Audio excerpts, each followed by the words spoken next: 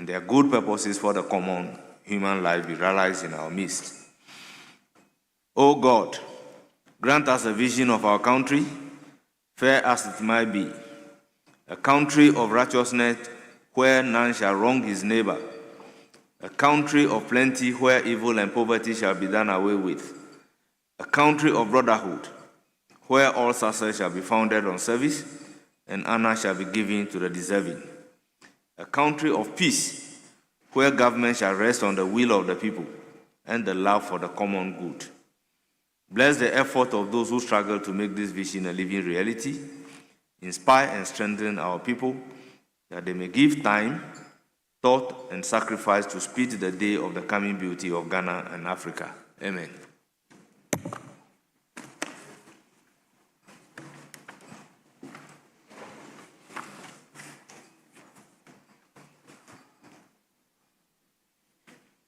Honorable members, item number 5, correction of votes and proceedings and official reports. In my hand is vote and proceedings of Tuesday, 9th December 2025. Page 1,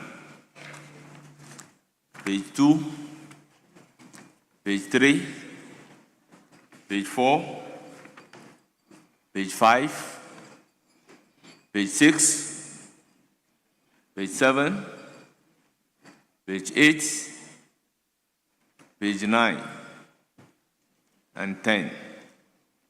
Page 11, yes, Honorable Habib, page 11. Mr. Speaker, for your guidance on page 11, I can see item 11, 12, and 13, that this Honorable House approved the Committee on Energy on the allocation. Mr. Speaker, considering the fact that when you read Standing Order 62, and with your permission, I read Standing Order 62. Standing Order 62:1 states that the maize shall stand upright before the table during every sitting of the House, except during a sitting of the Committee of the Whole House or a consideration stage of a bill, when the maize shall stand tilted. Mr. Speaker, at the time these motions were being taken, the maize was not standing upright at the table during those periods, and we needed guidance as to whether when the maize was moved, considering what is stated in Standing Order 62, that the maize was no more on its original position, it was not standing upright, it was not, Mr. Speaker, the maize was not standing upright, the maize was not before the table, and considering the provision in Order 62, whether those motions were actually carried or not, because Standing Order 62 made it clear. So for your guidance, Mr. Speaker. You are to correct vote and proceedings. Show me by the vote and proceedings the position of the maize. So, Honorable Member, I think we are in to correct. Mr. Speaker. We are in to correct vote and proceedings. Yeah, Mr. Speaker, that is why I'm saying. So if you have any matter to raise, let's accordingly correct the votes and proceedings so that you can raise the issue. Mr. Speaker, the vote and proceedings reflect and captured what is purported to have happened exactly yesterday. I said purported because if it is not an official report, the vote and proceedings is subject to correction per our rules. So, Mr. Speaker, that is why I'm saying so that. So, what do you want me to correct? Mr. Speaker, my guidance is that, the guidance I seek from you is that I think that this should be expunged. Mr. Speaker, the guidance I seek from you is that this should be expunged because it is against Standing Order 62, because the maize was not in its position, the maize was not standing upright, and I think all these motions should be expunged. Honorable Habib, Honorable Habib, I think you are seeking for my guidance, and my guidance is that at this stage we are correcting votes and proceedings, not the position of the maize. So we will proceed to correct the votes and proceedings. Yes, Honorable Majority Leader. Mr. Speaker, yesterday he and his members were wearing masks. And in addition to wearing the black mask, they created a situation where the marshal and his team came and blocked them. So I want to find out whether he saw where the mace was yesterday. Honorable members, page 12, page 13, page 14, yes, page 13. Honorable Second Deputy Speaker. Mr. Speaker, let me bring you back to page 7 by your indulgence. Yesterday I was sitting here with you and I've been marked absent. Table office, kindly take note. Page 14, page 15, page 16, 17, 18, yes. Speaker, thank you so much. Speaker, motion number 41, the last but one line. I propose we delete the words by the after seconded by the is being repeated. Yes. Last but one. Item 41. Very well, table office take notes. Page 19, page 20, 21, 22, 23, 24, 25, 26, page 27, page 28, page 29, page 30, and 31. Yes? Speaker, briefly, page 30, the title Mrs. That's XXII. If we could delete what is there and is properly insert Mrs. Thank you. Yes, table office take note. Page 31. Honourable members, the votes and proceedings of Thursday, 9th December 2025, as corrected, is hereby adopted as the true record of proceedings. Honourable members, I have two official reports. Official reports of 27 November 2025 and 28 November 2025. We shall first consider 27 November 2025. It is for your correction. Honourable members, any correction?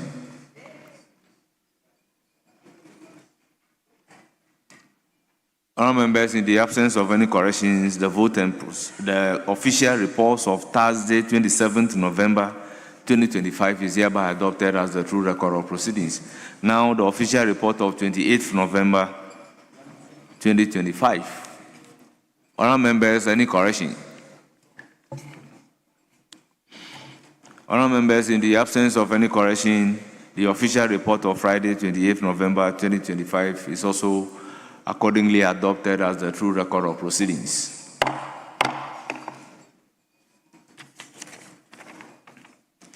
Yes, Majority Leader.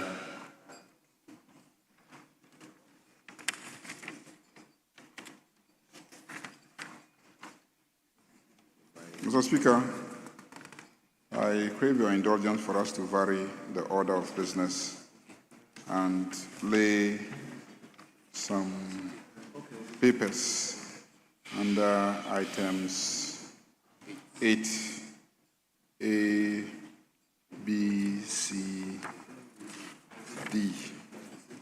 Yes. And E as well, Mr. Speaker. Minority Chief Whip.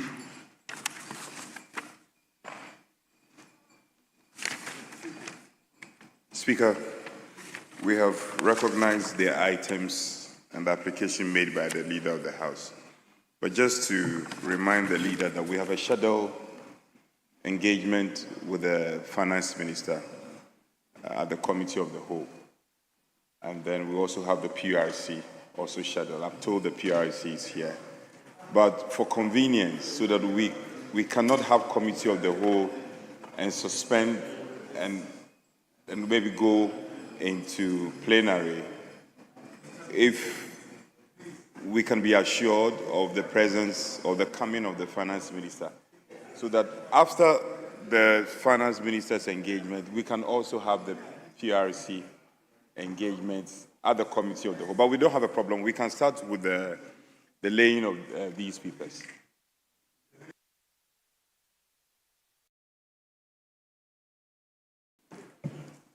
Yes, item numbered 8 at commencement of public business. Presentation of papers. Item numbered 8A. The Honorable Minister for Interior. Mr. Speaker, the Honorable Minister for Interior is unavoidably absent, but we have the Minister for Roads here. So if you will indulge us so that the Minister for Roads can lay... Yes, Minority Chief Whip. He's just setting traps for me. Why do you mention the road minister's name? You should have called somebody else. Why do you bring the road minister into this matter? Because, no, okay, we will let this one pass. Yes, Honorable Minister for Roads and Highways for Minister for Interior. Item numbered 8A. Annual statement by the Audit Committee of the Ministry of the Interior for the year 2024. Honourable members, the annual statement has been duly presented. It is referred to the Committee on Defence and Interior for consideration and reports. Item 8B. Mr. Speaker, similarly, the acting Minister for Defense is unavoidably absent. So again, given I've realized the potency of using the Minister for Roads, I will once again crave your indulgence to use the Minister for Roads to lay item... Yes, Honourable Minister for Roads 8B. and Highways. Item numbered 8B. Annual statement by the Audit Committee of the Kofi Annan International Peacekeeping Training Center for the year 2024. Your Honour members, the annual statement has been duly presented. It is referred to the Committee on Defence and Interior for consideration and report. Yes.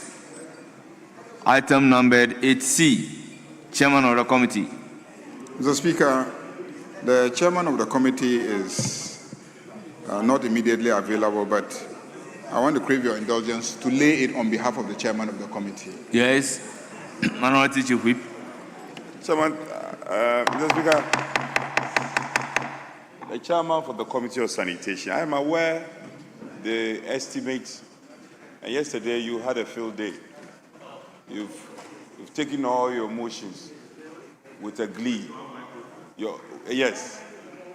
Your chairman, majority leader, what will be your excuse? Is it that they are engaged at the committee meeting, considering the estimate that have already been laid? What is the reason why the chairman, this particular chairman, is not here? Is he indisposed? What is the problem? He should be professing reasons why the chairman is not here. We will grant the request, but he should, for the records, the majority leader should give us reasons why the chairman is not here. Mr. Speaker, this is not even about estimates. This is just a mere report of visits that they undertook to certain sanitation infrastructure, and they are presenting the report. And I'm just laying it so that it can be taken later by the chairperson. So it is the chairperson that will take it as a motion for us to adopt. And at that time, the chairman will definitely feature to do that. This was just to lay it. Yes. Mr. Speaker, the leader of government business and the majority leader says he's just laying a mere report. There's nothing called mere report on this floor, Mr. Speaker. So I'm invoking Standing Orders 97.3, and I'm asking the leader of the House, yes, 97.3, to give an explanatory statement, a short one at that, on the contents of this report. Honorable member, your application is premature. Right. Speaker, we eventually allow him to lay the report. And it's also because we have a plethora of reports that are outstanding, over two referrals that are outstanding. So on that score, but the word he used, mere report, that is not acceptable. He's a man of words. Yeah. The majority there, he's a man of words. He should find a synonym for mere that is acceptable to this House. So you can suggest the appropriate word? So I should come from him. No, you can also suggest I it. don't have words. He has words. Okay. Suggest to him that he should use simple report. Because he's a majority leader. I am not the leader. Majority leader, they are asking you to use simple report. I replace it with an ordinary report. Yes, majority leader, you may do so. Report of the Committee on Sanitation and Water Resources on monitoring visits to selected metropolitan, municipal, and district assemblies in the Greater Accra and Ashanti regions to assess the state of sanitation. Honourable members, the report has been duly presented. It is for the distribution to honourable members. Item numbered 8D. Mr. Speaker, the chairman of the Finance Committee is here. Is that Adongo? Yeah. Yes, Finance Committee Chairman, you have the floor.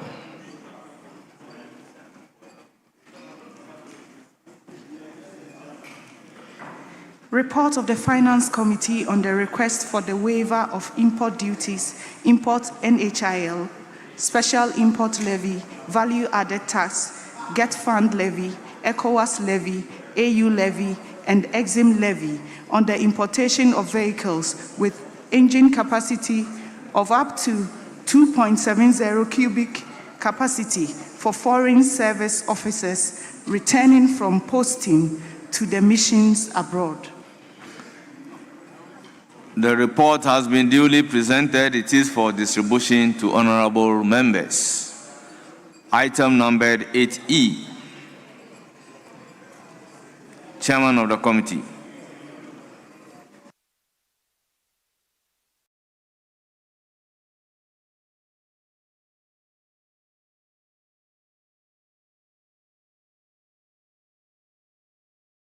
Item numbered 8E.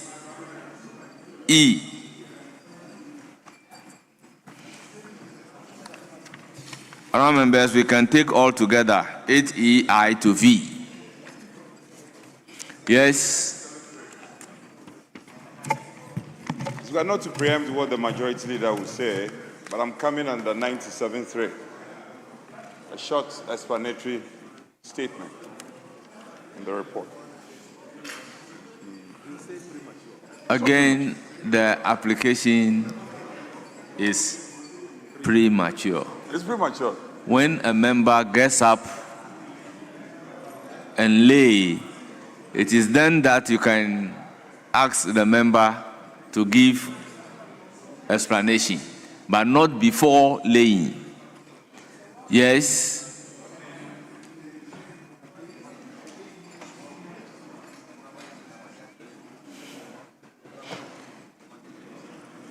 Mr. Speaker, we have three members of the committee. So we will elect Honorable Zuera Ibrahima to lay the reports on behalf of the chairman of the committee.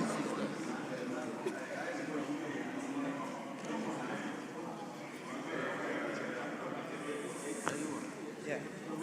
Isn't it? Oh, all right. Okay. Thank you. Yes. Report of the Committee on Foreign Affairs and Regional Integration on the bilateral agreement between the Government of the Republic of Ghana, represented by the Ministry of Foreign Affairs, and the Government of the Republic of Angola on the waiver of visa requirements for holders of diplomatic and service passports.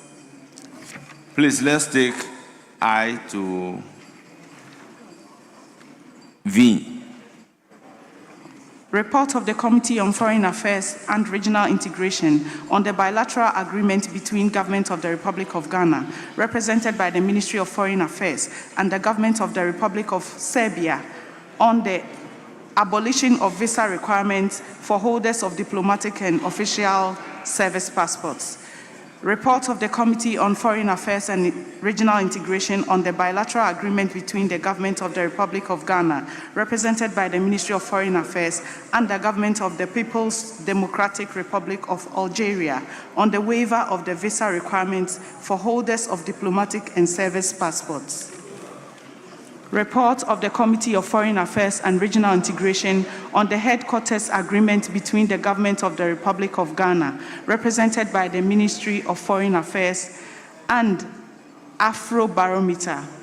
Report of the Committee of Foreign Affairs and Regional Integration on the agreement under the United Nations Conventions on the Law of the Sea, UNCLOS, on the conservation and sustainable use of marine biological diversity of areas beyond national jurisdiction. Yes. Honourable members, reports in item numbered 8E, I,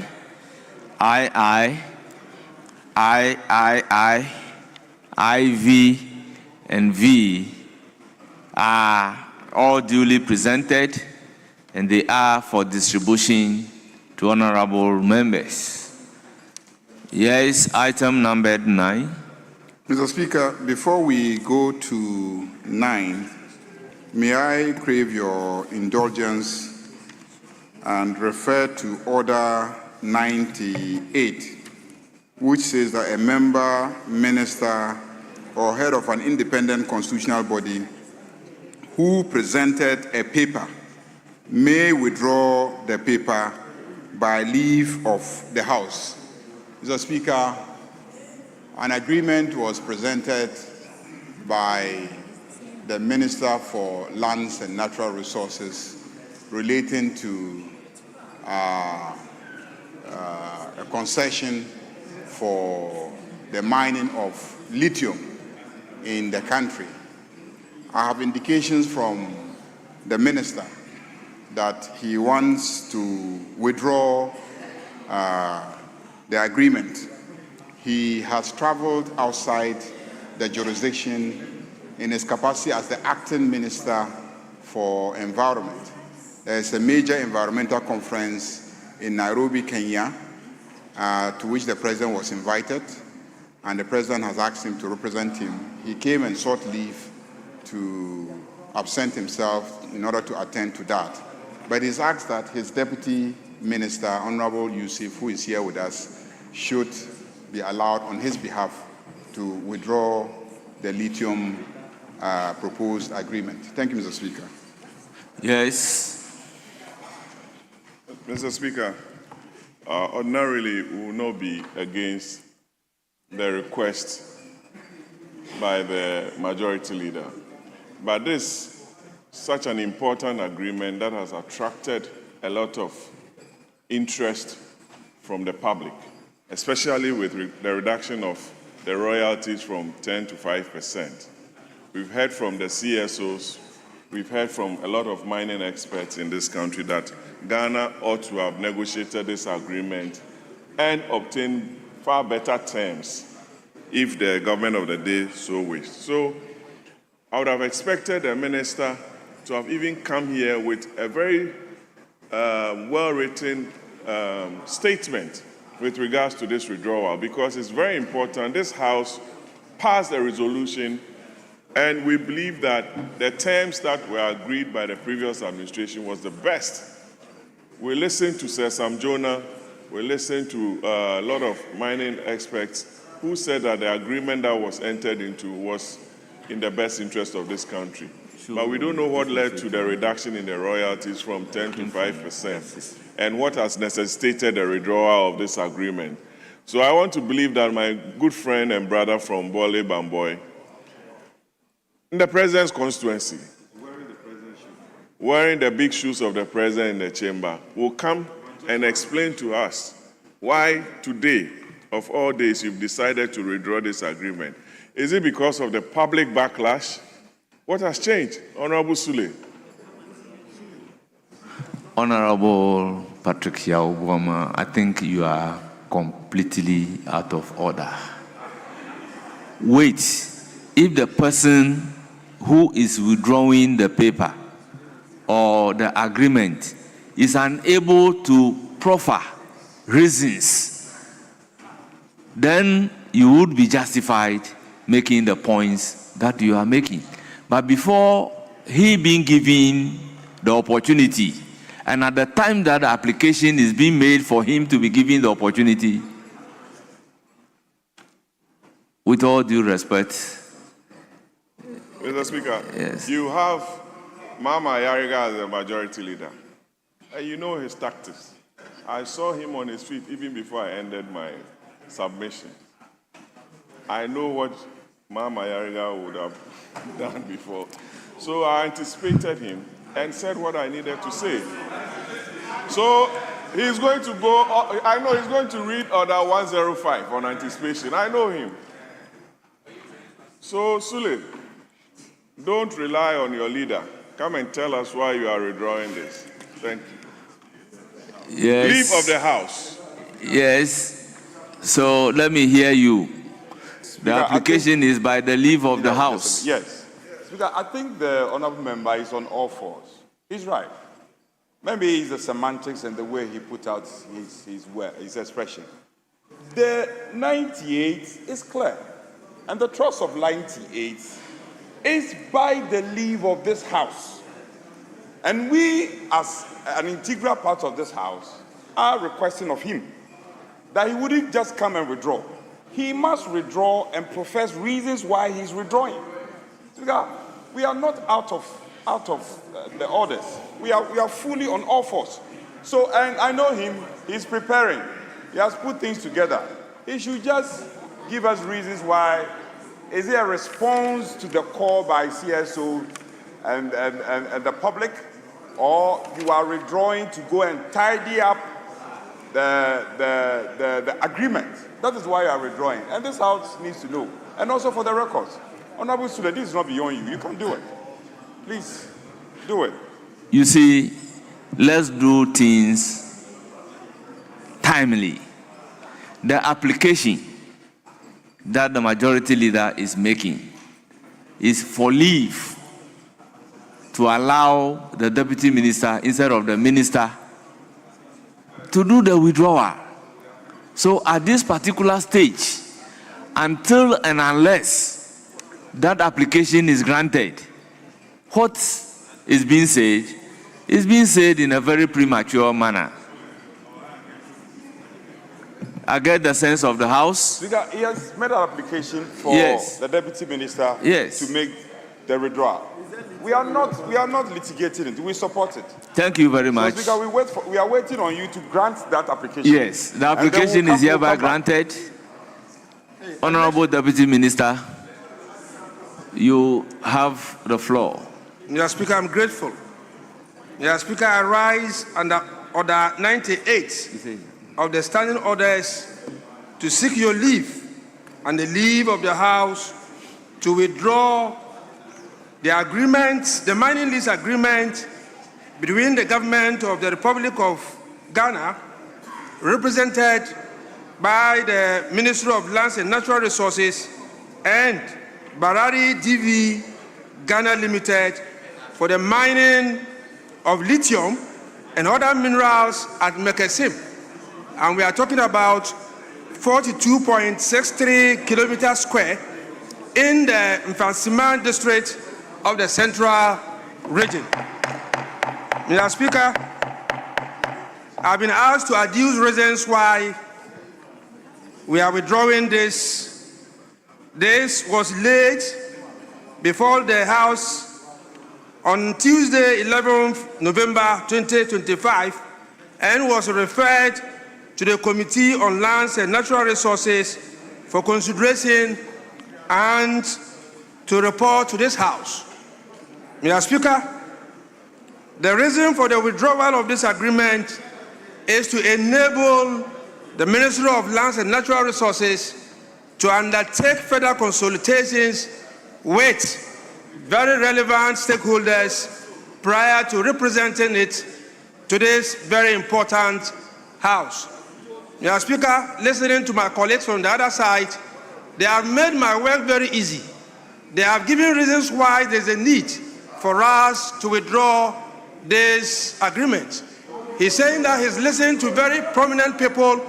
He's listened to so many NGOs and civil society organizations, and they are all calling on us to do further works on this very important agreement. It is for that reason that the listening minister, the listening government has decided that we withdraw this agreement, do further work involving you in this, so that together we can move together. Mr. Speaker, I leave, and the leave is accordingly sought. Thank you.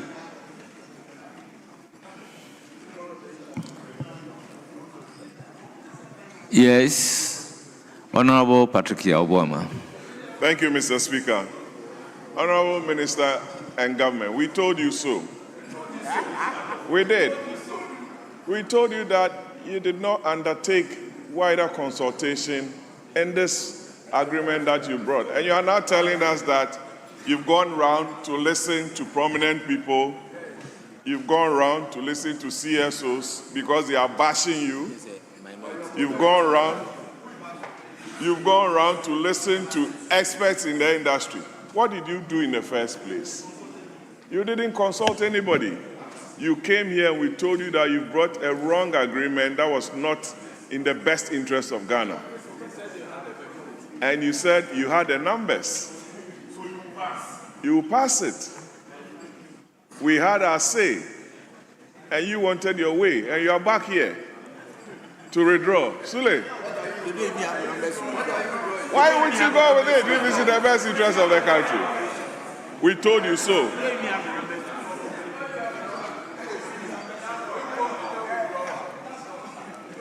Yes, Majority Leader. Mr. Speaker, it is important to understand the context of this agreement. When the agreement was proposed to this House by the NPP administration, world price for lithium was very high, and therefore we demanded higher royalties. That is the fact. After the NPP left office and we took over, the world market price of lithium collapsed. It collapsed. And therefore, it became a disincentive for anyone to invest in mining lithium in this country. And that is why there was a need to lower the royalty rate in order to incentivize anybody who wanted to mine lithium in the country. Mr. Speaker, why are we withdrawing this agreement? We are withdrawing this agreement because there is a proposal coming back to this House for us to review generally the royalties for our natural resources. For instance, as we speak, gold prices have soared, they are very high, but we are still collecting very low rates of royalties. So the proposal is to change and structure our entire royalties regime to be pegged to world market prices of the minerals. So that, for instance, if we are taking 5% for gold and gold price is $30, when gold price goes to $200, we must be taking much, much higher. But because the agreements that come have fixed royalties, and then we approve them in this house. When there is a change in the world market price, the ministers cannot run back immediately to amend the royalties component of the agreement. So we want to bring in a legislation that generally fixes for every mineral resource in this country royalty rates that are pegged to world market prices of the item. Today, Ghana would have been reaping so much from the gold, given the increase in world gold prices. The same with lithium. If the world market price is very low and you want to incentivize people, you may still maintain a lower rate of royalties. But when the market changes and the prices go up, automatically the person mining should pay to government of Ghana a higher rate of royalties. It is the decision to bring this broader legislation fixing royalties that has necessitated the withdrawal of this one, so that when the legislation comes, the legislation would determine the royalties, not just for lithium, but for every other mineral that is going to be mined in this country. Mr. Speaker, this is what is really informing the decision to withdraw this as the minister works his way to come for a revision of our current royalties regime. So yes, we've listened to the civil society, we've listened to experts in the industry. We are still convinced that when world prices for an item is low, you need to incentivize an investor to invest. But when the prices go up, the investor must also reward the country for giving them the opportunity to mine the resource in the country. That is the basic principle going forward that will inform the royalty regime of this country. Mr. Speaker, it is on this basis that we seek the leave of this House for the agreement to be withdrawn, so that when we carry out the reforms that we are considering, we can have a uniform royalties regime for all natural resources. Thank you, Mr. Speaker. Yes, Honorable Kobe Mensah. Honorable Patrick Yaboma, what do you want to speak to us on this issue? Mr. Speaker, not to cut in, but that will be a very tall order for the government of the day, because they'll be veering into You areas, didn't answer my question, so areas please, of kindly resume your seat. regulatory Honorable expropriation. Patrick Yaboma, with all due respect, please resume your seat. Yes, you have the floor. Thank you, Mr. Speaker. Mr. Speaker, it is first and foremost, sometimes they need to listen to our side.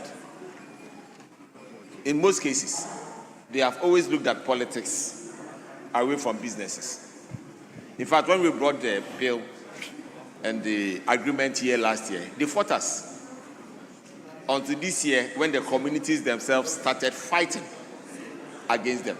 Mr. Speaker, all over the country, where we have commodities, we've seen how these towns have developed. Obuasi, Takwa, and other places.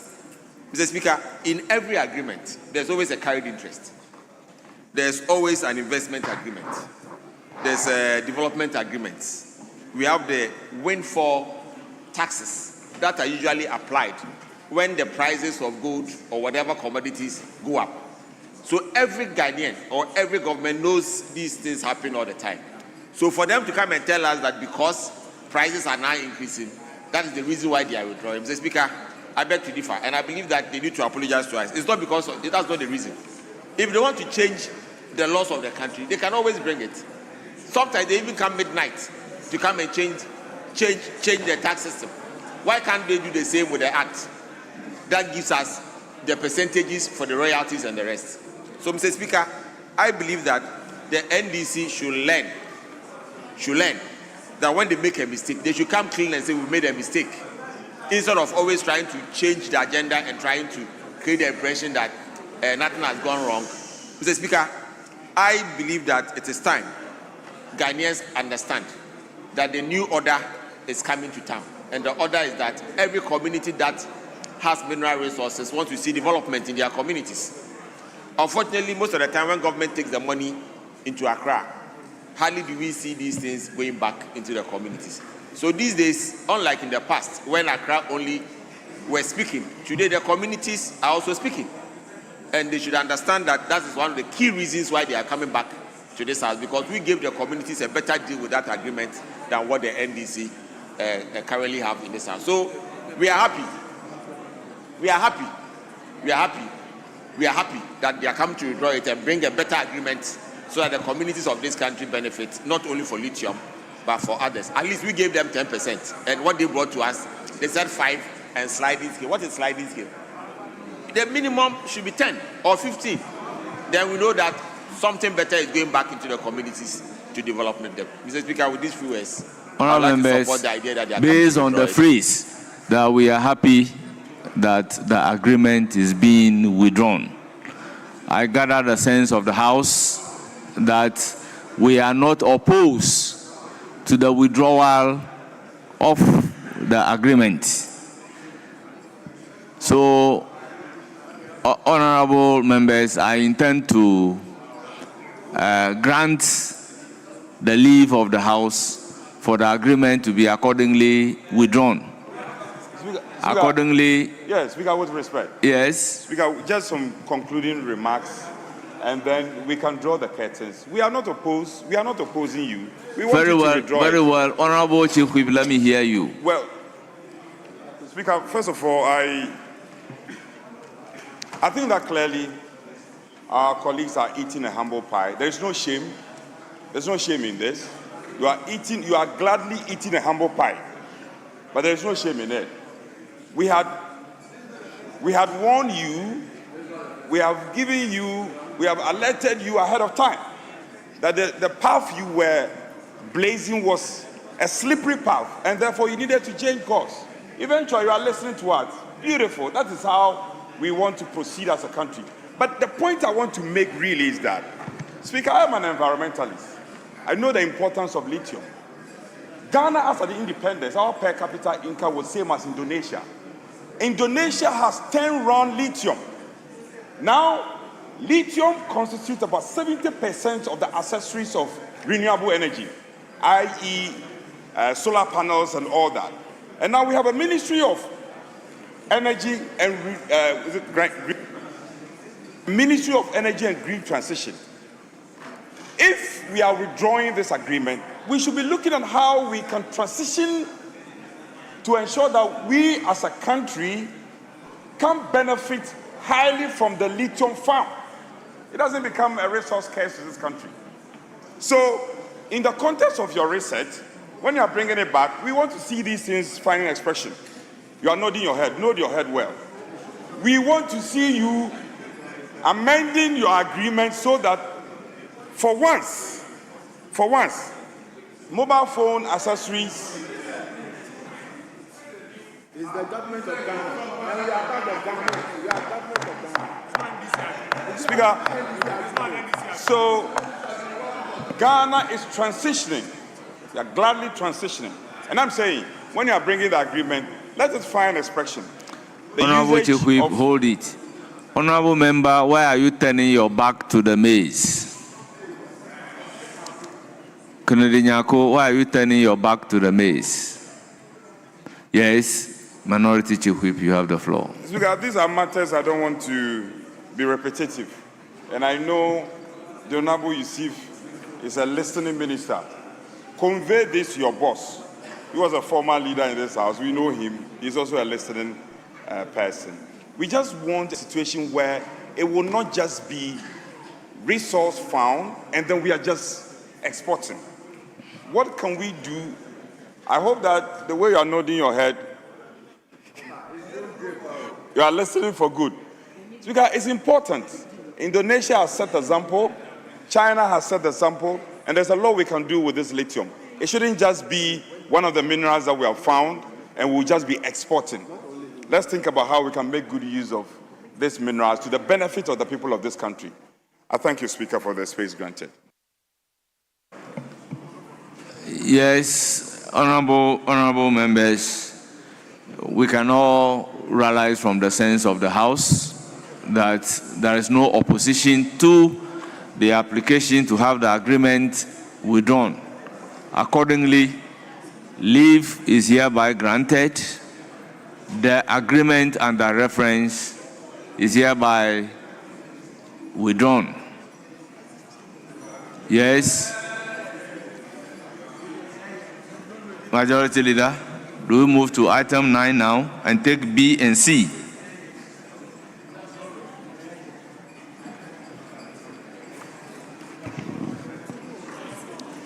Honourable Majority Leader, in the meantime, permit me to acknowledge the presence of students in our midst. We have Kutunse MA Basic School. The leader is Victoria Doe. Head facilitator, they are from Amasamai, the number 67. We have Pentecost University Law Student Union, led by Samson Ado and Kennedy Amwaku. Presidents, they are from Sotum, the number 70. And then we have Messiah Tindeku School, led by Philomena Azila, administrator, and they are from Punkatamanso, the numbered 100. On behalf of the House, I welcome you. May you have a fruitful stay. Thank you very much. You may resume your seats. Yes, Majority Leader.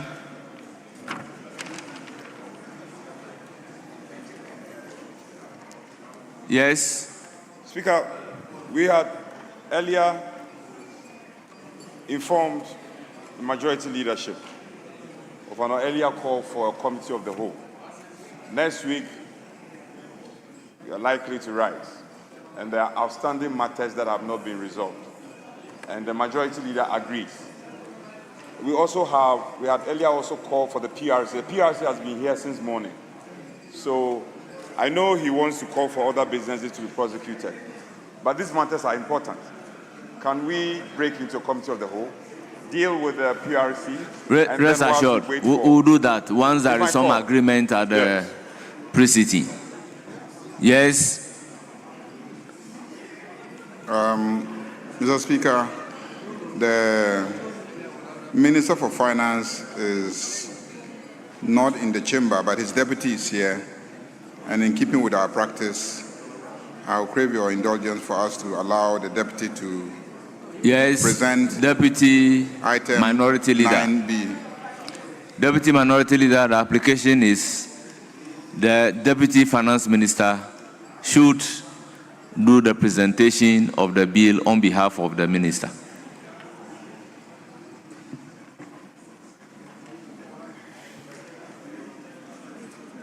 Please, we are in agreement. Very well. Yes, Deputy Minister for Finance. Item numbered 9B. Presentation and first reading of bills. An act to amend the Bank of Ghana Act 2002, Act 612, and provide for related matters. Yes. Mr. Speaker, if the Deputy Minister can give us a brief explanation about what amendment he seeks to do on that. Yes, Honorable Deputy Minister for Finance, you have the floor. Thank you, Mr. Speaker. Mr. Speaker, there are only a few amendments we are seeking to do to the Bank of Ghana Act, and it is to strengthen the autonomy, the independence of the central bank, and also limit the monetary financing by the central bank. And so these are the main points of the amendment that we are seeking to do to the Act. Thank you. Honourable members, the bill is read for the first time and referred to the Committee on Economy and Development for consideration and reports. Yes, Majority Leader. Yeah, Mr. Speaker, some slight amendment to our order paper. Item 9C is to be presented by the Minister for Transport, not the Minister for Roads and Highways. So, Mr. Speaker, subject to that amendment of our order paper, The Minister for Transport is here and ready to present item number 9C. Yes, Majority Leader, you are right. It should be Minister for Transport, not Roads and Highways. Yes, Minister for Transport.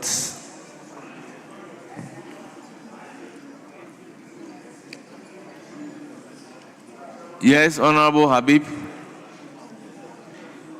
An act to amend the road. Mr. Speaker, earlier on, the chairman for the road committee, he got up and bowed. So that's what I was drawing attention. But the Minister for Transport, you may bow again for... Yes. An act to amend the Road Traffic Act 2004, Act 683, to provide for the use of motorcycles, tricycles, and quadricycles for commercial purposes, the development of standards for seat belts and other safety equipment, and for related matters. Honourable members, the bill is duly read for the first time and referred to the Committee on Roads and Transportation for consideration and reports. Yes, Honourable Habib. Mr. Speaker, the 9C as amended to be done by the Minister responsible for transport. The Road Traffic Amendment Bill 2025. If the Minister can give us explanation, because it's a very big thing, if the Minister is ready to give us explanation. Very well. Yes, Minister, you have the floor. He wants to hear your voice. Thank you, Mr. Speaker. Mr. Speaker, the Road Traffic Amendment Bill 2025, Mr. Speaker, seeks to provide to sanitize the road transport services sector. Of recent, we've been having a lot of issues that has to do with our road users, and this bill seeks to bring about some stricter punishment to road users, bring about safety measures to the road users, and also provide for the effective and efficient usage of our roads. The bill seeks to provide for limits in determination of alcohol concentration in our drivers. Of late, we have realized that a lot of accidents are due to human factor. That includes drivers driving under alcoholic content and also under stress driving. And this bill seeks to bring about the limitation from 0.08% of alcohol concentration in drivers to 0.05%. And this, we believe, will help sanitize our roads. Again, Mr. Speaker, it also seeks to provide for the usage of motorcycles and tricycles for commercial purposes, for fair-paying activities. This will create jobs for our youth who are desirous to earn a living or have employment within the road transport sector. Again, Mr. Speaker, it also seeks to reduce age limit from 25 years to 21 years, those who are interested in having employment in the transport sector. All this is also determined to develop a standard in our transport system, especially our seat belts, our protective gears. This will bring about improvement in transport sector. And we believe that when this bill is considered and passed by this House, it will help us to control, monitor, and discipline the recalcitrant drivers and also create jobs for our people. Mr. Speaker, thank you for the opportunity. Thank you very much, Honourable Minister for Transport. The referral still stands. Yes, Deputy Majority Leader. Thank you, Mr. Speaker. Mr. Speaker, we want to buy the other paper and turn our attention to motion 44. Very well. 44.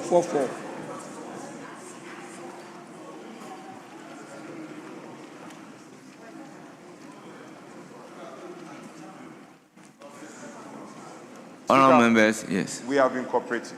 Yes. This one we are opposed. We have to break into committee of the whole. No, it's past 2 o'clock. No, and we are meeting two very important entities. Huh? No, Honourable no. Minority Leader, Speaker. this one, I take the responsibility for it. I would request that the second Deputy Speaker takes the committee of the whole, because I have a committee meeting at 3 o'clock. So we'll break into a committee of the whole appropriately. Speaker, we will defer to you. But Yes. they should know, this was not one of the things we discussed at conclave. You spring a surprise like that, it affects us. We had agreed that when we take these items, we'll proceed to have committee of the whole, and the PRC will meet them. This was not spoken to. Echampo, you never mentioned this business. You never mentioned it. No, say it to the microphone. You never mentioned it. You never mentioned it. This is a surprise. Well, your point is well noted, yes. Item number 44, motion, Minister for Finance. Thank you, Mr. Speaker. Mr. Speaker, I move that the Virtual Asset Service Providers Bill 2025 be now read a second time. I so move, Mr. Speaker. Yes, Chairman of the committee. Motion move for second reading. You may now present the committee's report. Mr. Speaker, thank you very much. I write to second the motion. You present the committee's report. This is second I present reading. the committee's report. Mr. Speaker, Honorable Habib, I keep advising you on this matters. Order 2153 is very clear on this matter. The chairman or any member of a committee can present a committee's report, and you keep repeating yourself on this matter. Mr. Speaker, respectfully, I present your committee's report, and then I call on the Hansa Department.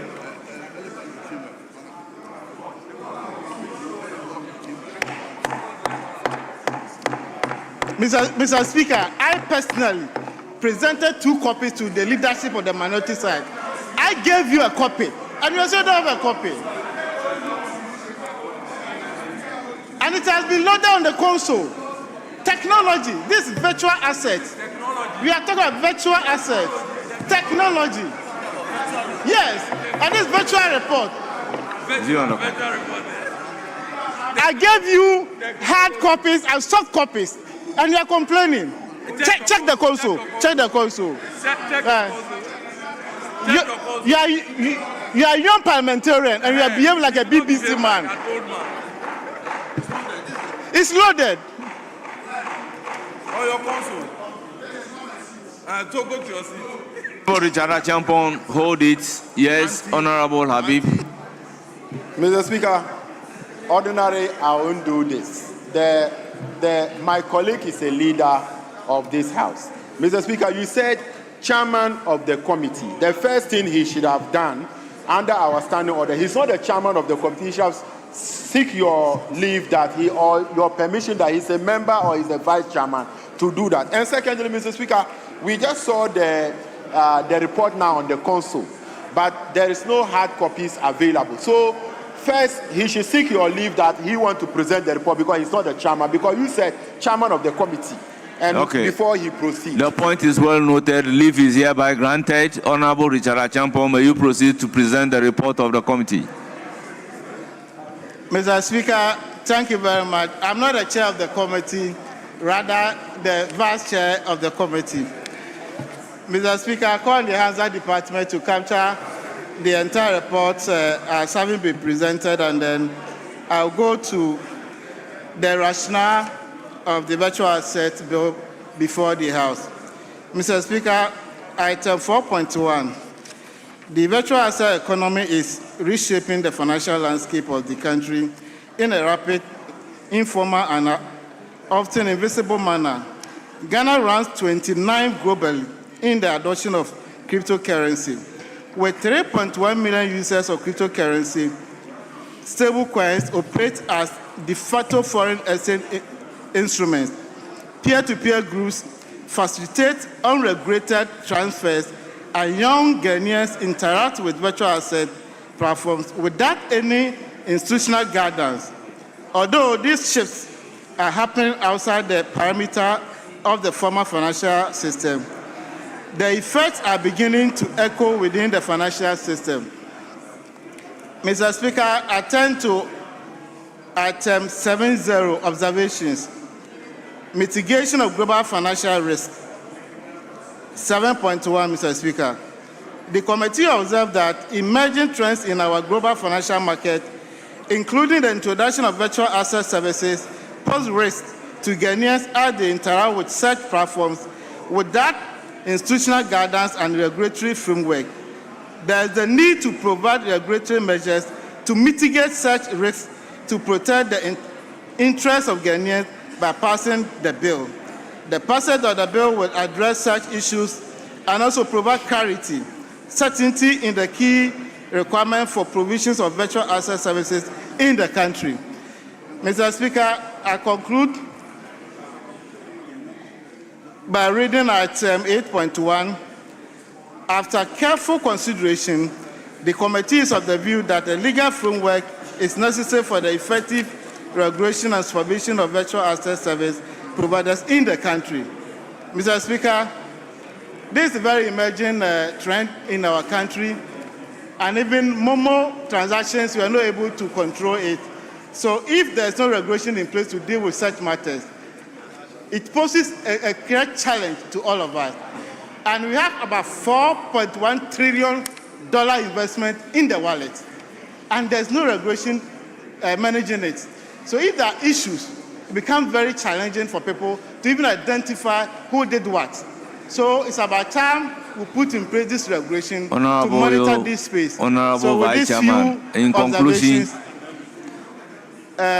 respectfully, Mr. Speaker, I call members to support this bill so that we'll pass it, and then we'll get a legal framework to regulate this space for all of us, so that there will be sanity in the financial sector. Thank you very much for the opportunity. Honourable members, the motion move report duly presented. It is for the consideration of the House. At this point, we shall debate the rationale, the brain behind the bill. I'll give the floor to the ranking member for roads and transport. Yes, thank you, Mr. Speaker. Mr. Speaker, I think the bill has come at the right time.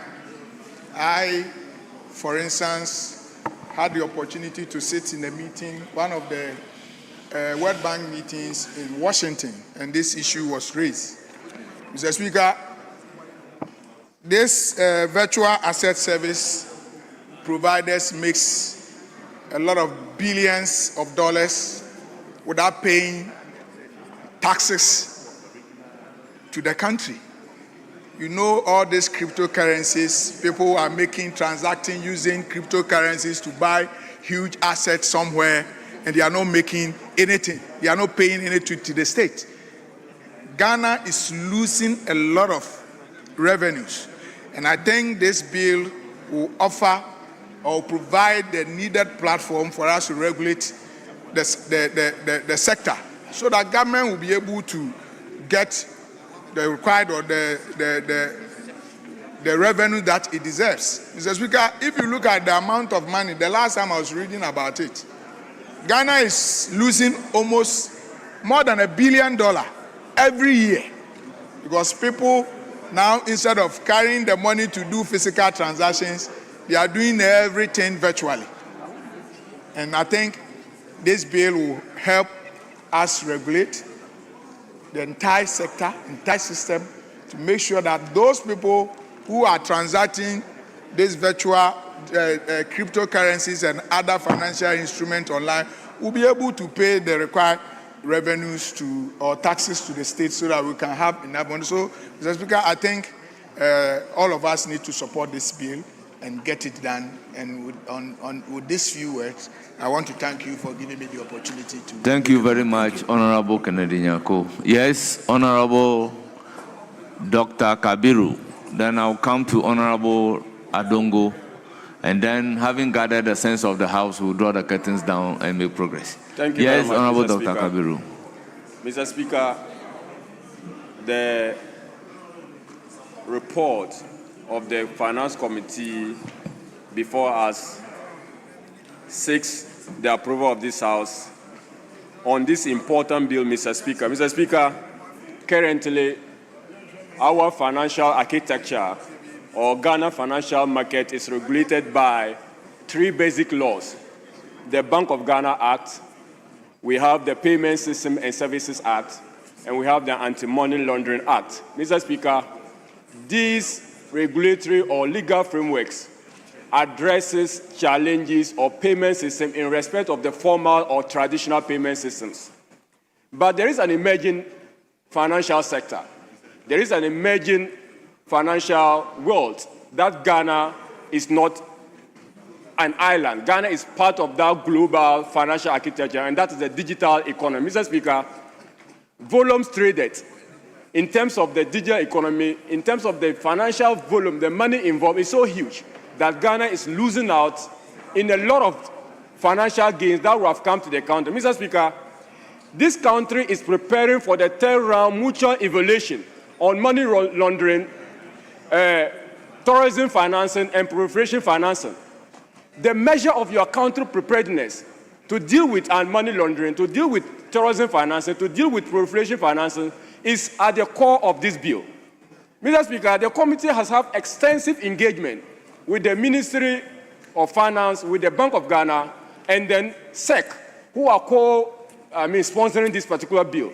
And they have explained in extenso the rationale of this bill. And I think that the report captures the brevity, the broad contours of the rationale of this bill. Mr. Speaker, but there is something that more important that we need to avert our mind to in terms of the detail. Mr. Speaker, we are in this country where we are told of cryptocurrencies and that the participation of the youth and even sometimes members of parliament in this particular industry where they see cryptocurrency as a safe haven for the investment of their financial instrument, a way of diversifying their financial portfolio. Mr. Speaker, they are doing it at a risk because we do not know when a next crisis is going to come in terms of the digital economy. Mr. Speaker, imagine that I have $1 million by way of stable coins. Imagine I have $1 million by way of, let's say, cryptocurrency transaction. And without any legal framework to address that, it's a great risk for the country. And I think that, Mr. Speaker, this House will have to approach this bill with alacrity. Mr. Speaker, the last thing I want to note on is the fact that when you look at transaction within the digital world, people are now using digital currency. People are now using cryptocurrency as a store of value. And even we are talking about stability of our currency, Mr. Speaker. The fact that the Ghanaian cedi is being at the mercy of the United States dollar because we don't have diversified ways of handling or trading. If I want to buy goods and services in China, Mr. Speaker, and I have my wallet with digital currency, I could easily transfer to another jurisdiction. But, Mr. Speaker, without rules guiding this, people will run away with our money. And so, Mr. Speaker, for me, and from the committee perspective, I feel like the Bank of Ghana wouldn't have come at a better time. But we must note that the initiative to implement digital transaction and having virtual access bill started in the last administration.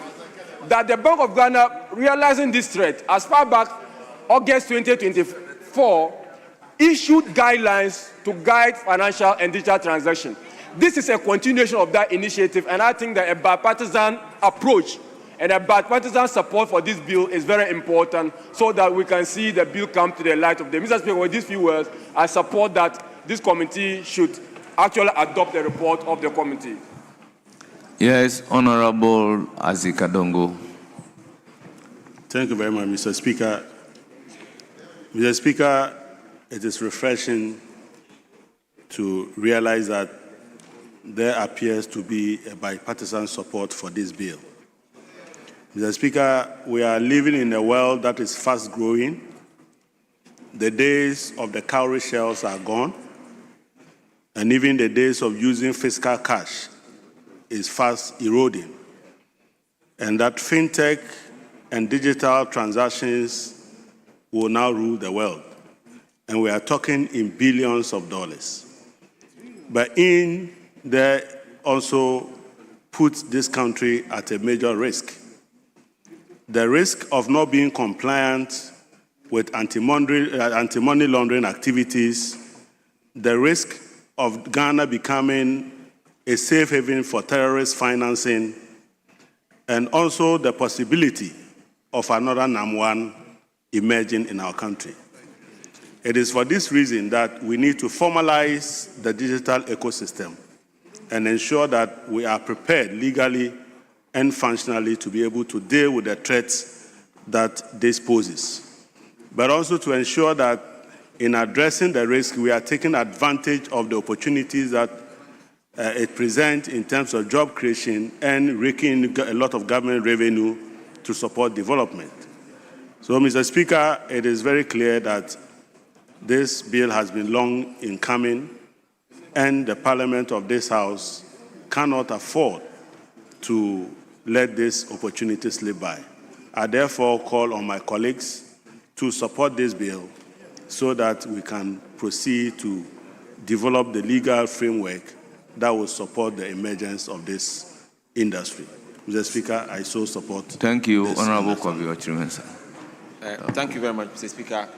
First and foremost, I believe that the world is changing, and the young ones are currently getting on board these new digital currencies, especially this crypto. We have other forms of these currencies. Mr. Speaker, Ghana has even delayed in coming out with these guidelines and regulation to regulate this space. Initially, when crypto started, people thought that they were only used for bad things. But today, big banks, big companies are now moving to crypto because of the ability to use it in tokenization. Mr. Speaker, one of the biggest challenges we have in this country is the documentation of our lands. All over the world now, they are trying to tokenize, or what I would say, trying to portion land into pieces and be able to still track them in an area or a system that is peer-to-peer, that is not centrally controlled. And I believe that this is one area, Ghana, that's the junction that we are in now to regulate it. And therefore, I do believe that everyone here should support it for us to get the Bank of Ghana to get involved as quickly as possible to make sure that it survives. Mr. Speaker, if you take the American economy with their huge debt, they are all moving to crypto. Even the US government is moving to crypto to be able to manage some of it, the true stable coins and the others. And all over the world, because of that, because of the weaponization of the dollar along the way, people are now moving either into gold or into crypto. And I believe that since Ghana is not an island on its own, it is time we also get involved. In fact, I still say that we have delayed, because about 3 years ago, the Bank of Ghana issued a statement saying that people doing crypto were doing so at their own risk. Today, we are happy that they've come with regulation for us to support it. And I believe that by partisanly, we should be able to sit down and get the bill worked out and make sure that this regulation comes into fruition. With these few words, Mr. Speaker, I believe that we should support and get work going.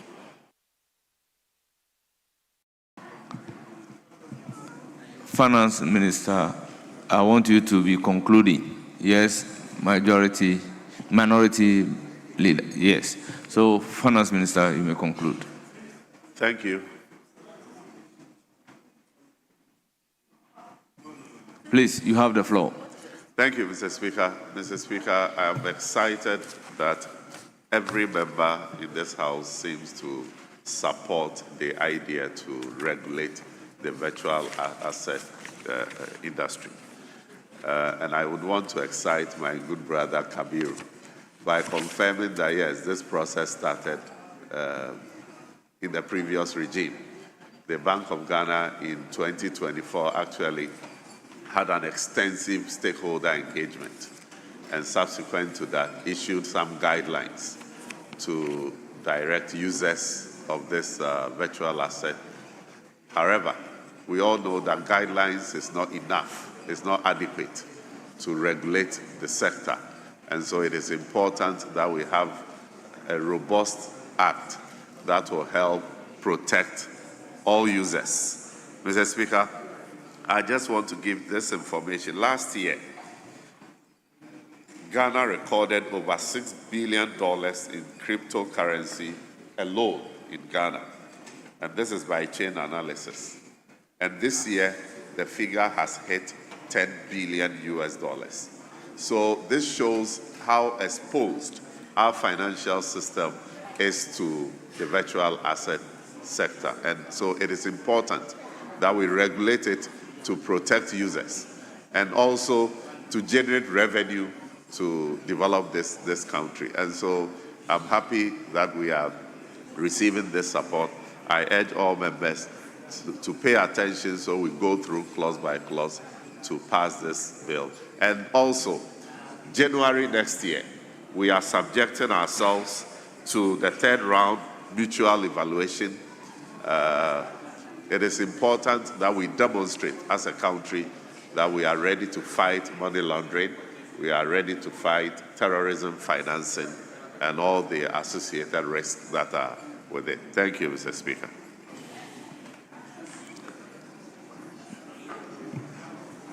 Yes, honorable members, the motion for the second reading of the Virtual Access Service Providers Bill 2025 has been fully debated under Standing Order 127, and at the conclusion of the debate, the question is, as many as are in favor of the motion, say aye. Those against, say no. The ayes have it. The motion is accordingly adopted. Yes, go ahead. An act to regulate the provision of a virtual asset service in or from the country and to provide for related matters. Now, the Virtual Asset Service Providers Bill 2025 is duly read for the second time. Honourable members, the Virtual Access Service Providers Bill 2025 is now at consideration stage.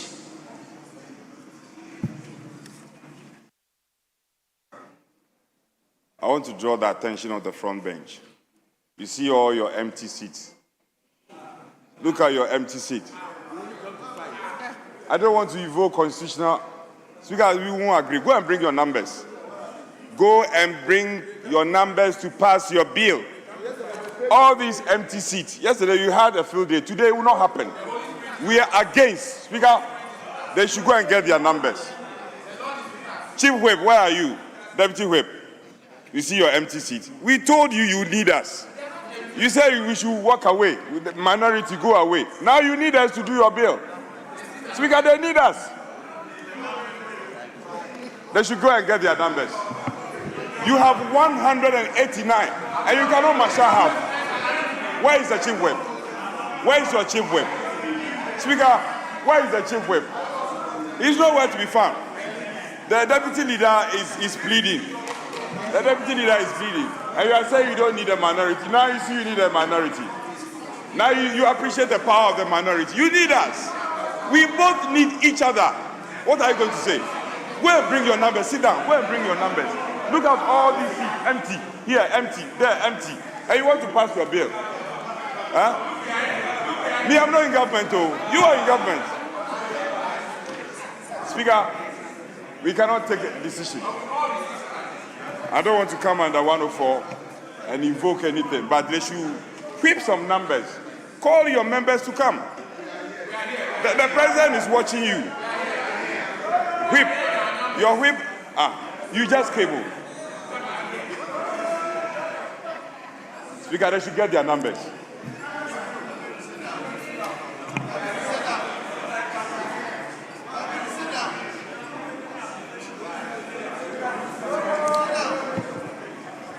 Yes. Honourable members, the Virtual Access Service Providers Bill 2025 at consideration stage.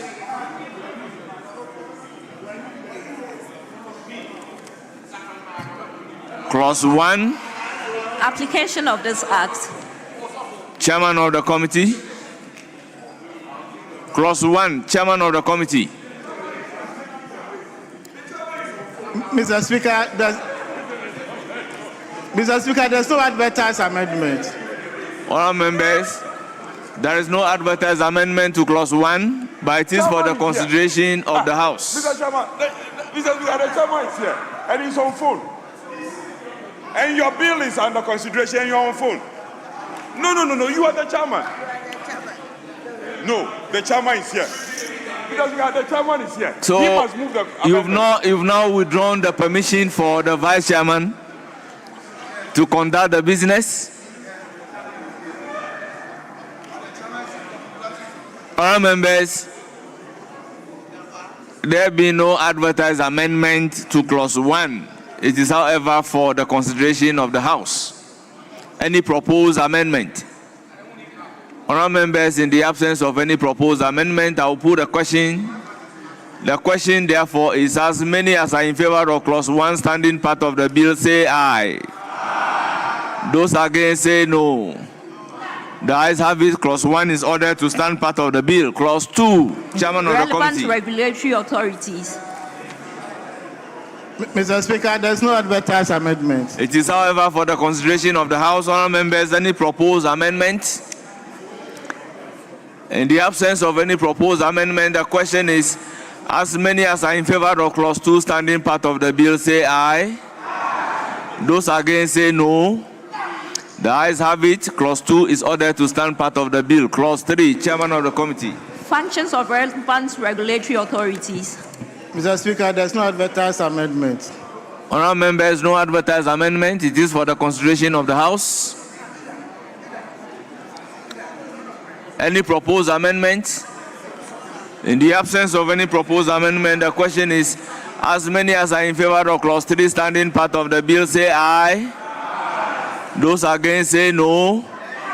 The ayes have it.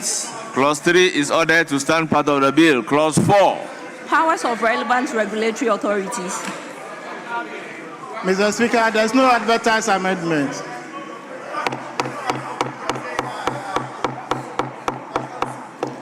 Honourable members, any proposed amendments? There being no proposed amendments, the question is, Honourable, there being no proposed amendment, the question is, as many as are in favor of the bill, say aye. Those against, say no. The ayes have it. Clause 4 is ordered to stand part of the bill. Clause 5. Establishment of coordinating committee. Mr. Speaker, there's no advertised amendment. It is for the consideration of the House. Honourable members, any proposed amendment to clause 5? In the absence of any proposed amendment, the question is, as many as are in favor of clause 5 standing part of the bill, say aye. Those against, say no. The ayes have it. Clause 5 is ordered to stand part of the bill. Clause 6. Qualification to provide virtual asset service. Honourable members, order.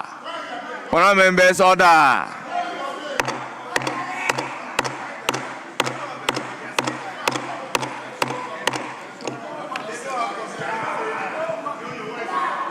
All honourable members standing should kindly resume their seats. All honourable members standing should kindly resume their seats. Honourable member in the white dress, why are you turning your back to the maze?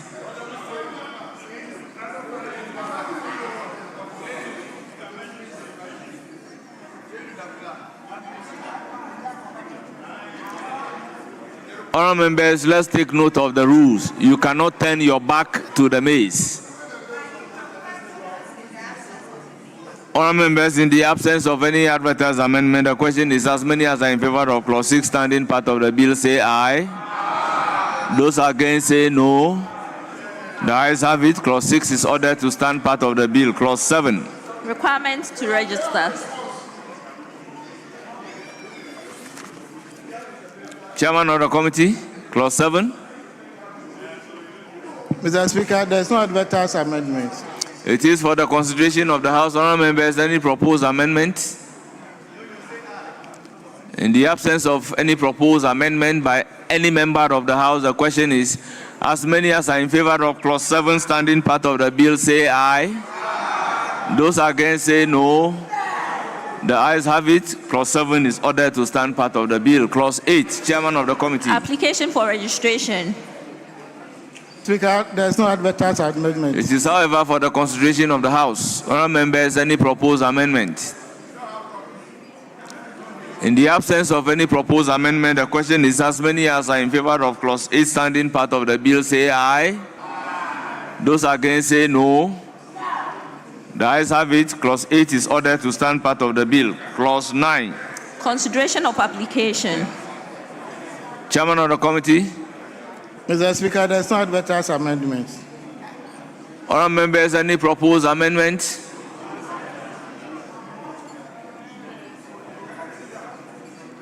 In the absence of any proposed amendment, the question is, as many as are in favor of clause 8 standing part of the bill say aye. Those against say no.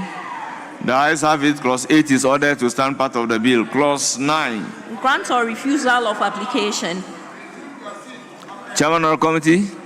Mr. Speaker, there is no advertised amendment. It is for the consideration of the House. The question is, as many as are in favor of clause 9 standing part of the bill say aye. Those against say no. The ayes have it. Clause 9 is ordered to stand part of the bill. Clause 10. Chairman of the committee. Mr. Speaker, there is no amendment to clause 10. Honourable members, it is for your consideration. The question is, in the absence of any amendment, those in favor of clause 10 standing part of the bill say aye. Those against say no. The ayes have it. Clause 10 is ordered to stand part of the bill. Yes, honourable member. Mr. Speaker. It's just a report. Bill is not here.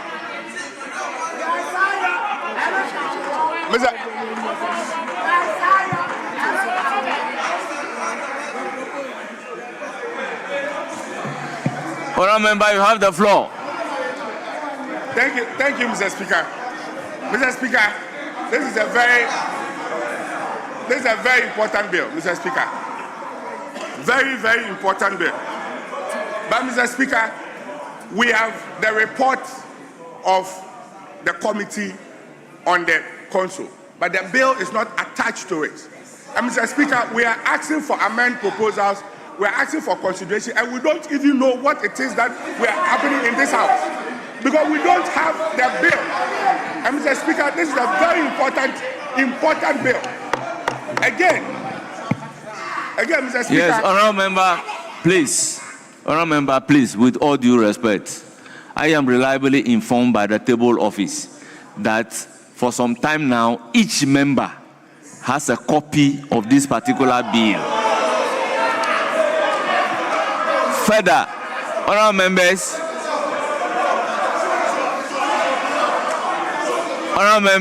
order. Honourable members, order. Honourable members, let there be order. And honourable members, I have been in this house for some time. When a bill is under consideration and you don't have a copy, all you need to do is to request the table office to make a copy available for you. That has been the practice. That has been the practice. Thank you, Mr. Speaker. But, Mr. Speaker, these matters keep going on, especially for us who are new in this house.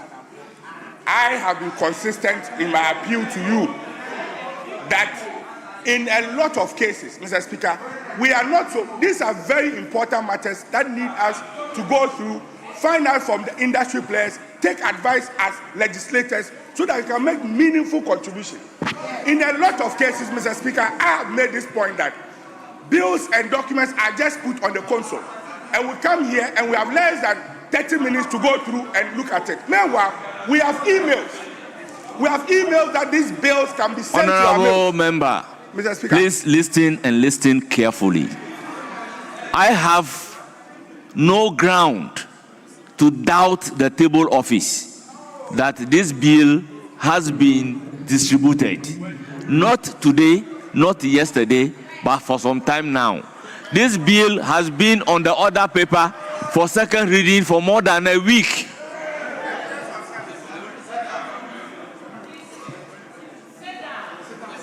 Yes, Honorable Minister for Communication. Thank you very much, Right Honorable Speaker. Right Honorable Speaker, the gentleman who just spoke said that for new members, and we can understand that, because the practice of the House is that when bills are tabled, and this has been on the other paper for a whole week, the bills are sent to your pigeonholes over a week ago. And so you are new to the House. Take your time and understand the practice of the House. But Mr. Speaker, it's important that we understand one thing. There's a reason why Parliament has gone electronic. You are dealing with a virtual asset service providers bill. It's a virtual bill. You want to deal with paper every time. Why? Move digital and don't be analog. Thank you, Mr. Speaker.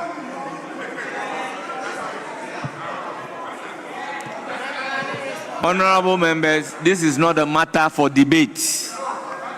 So if you are so much interested in the bill, contact the clerk at table and a copy will be made available for you. So I expect all other members standing to kindly resume their seats. Please resume your seat.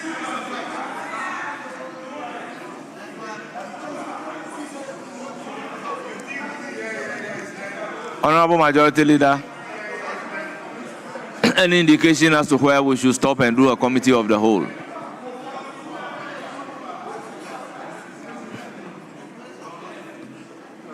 Mr. Speaker, I have checked, and the reason why there are no issues or contentious issues is because the relevant committees went through it thoroughly, preferred some amendments. Those amendments were incorporated, and the bill reproduced with the amendments already incorporated. That is why there shouldn't be any issues. And so, Mr. Speaker, if we can just get up to clause 50, and then we can take a break from there. Very well. Yes. Speaker, I think that it was not for nothing that the winnowing committee was put together. And even though the committees relevant may have dealt with the bill, I was just trying to relate to the vice chairman of the committee. We need to make good use of the winnowing committee. I'm a member of the winnowing committee, and I don't remember there was a meeting called on this matter. That is not to say that anybody wants to put an impediment, but we are saying that let's make good use of the winnowing committee. And there are a number of colleagues who are first-time members who also wish to learn. So let's take this into consideration and make good use of the winnowing committee going forward. Yes, honorable member, let me also place it on record that mostly the winnowing committee will set in when there are multiple amendments to the bill. Then the presiding officer can refer those amendments to the winnowing committee so that the winnowing committee will deal decisively with those amendments to reduce the workload on the floor. And honorable members, these days we've been asking that the leadership of the constitutional leaguer, who are mostly members of the winnowing committee, should join the relevant committees to look at bills. Now, when that is done, by way of some practice, the amendment at those levels will be referred to the Aegis Department, who in turn integrate it into the bill. And then the bill comes very clean. Hence, it has very little or no amendment to the bill. I will not contest that, except to add that you recall when we were doing, there was a particular bill, I don't remember, maybe Honorable Kabiru would wish to remind me, and you had counsel that the chief whip should tap into all the members who have shown potentials in the making of the bill. That's because we defer to you when it comes to these matters. I have seen your exploits when it comes to lawmaking in this house. The danger is that we should look at the attrition rate, and how we can get members who have shown the interest and potential in lawmaking. So there are notable names, I don't want to put out any name, there are notable names on both sides. The honorable member for, I think, Yendi, Kabiru, a few others. We must consciously get them onto the winnowing. Yes, committee. It is Kabiru's committee that considered this bill. Kabiru is part of finance committee, and he will attest to the fact that he was part of the finance committee that gave consideration to this bill. Or Dr. Kabiru, is that not right? Mr. Speaker, that is very right. It is right that the committee considered it, and it's also right that most of the proposed amendments have been factored in. But the issue is that the new version of those amendments has not been served on members. That's just the only issue. But the previous bill, I think every member had a copy of it. We went through it and proposed some amendments. Those amendments were incorporated into the new version, which is before this House. So, and I think that is the only part, Mr. Speaker. But the point that was made by my leader is to the effect that we know it is a place for us to also learn, and other members to learn. So he's just saying that let's use it to nurture the talents of Parliament. Yes, Speaker. I understand. But what is the meaning of winnowing? If the bill is clean, what are you going to winnow? That's the point. But Dr. Kabiru, I can assure you that those who are agitating that they don't have a copy of the bill, the old one too, they don't have it before them. They really do not have it before them. So, honorable members, the practice is that whatever document you find in your pigeonhole, take a little time out of your schedule to read them.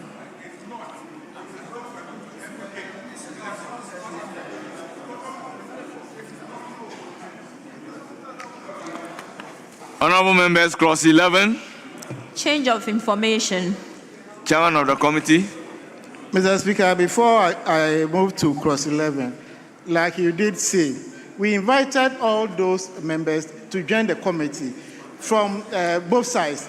So the amendment that they proposed, we incorporated everything in the bill. So it's not like we are just rubber stamping everything. No. So, Mr. Speaker, clause 11, there's no advertised amendment. Honorable members, no advertised amendment to clause 11. It is for the consideration of the House. Any proposed amendment? In the absence of any proposed amendment, the question is as many as are in favor of clause 11 standing part of the bill say aye. Those against say no. The ayes have it. Clause 11 is ordered to stand part of the bill. Clause 12. Duties of registered person. Mr. Speaker, there is no amendment from the committee. Honourable members, it is for your consideration. Any proposed amendment to clause 12?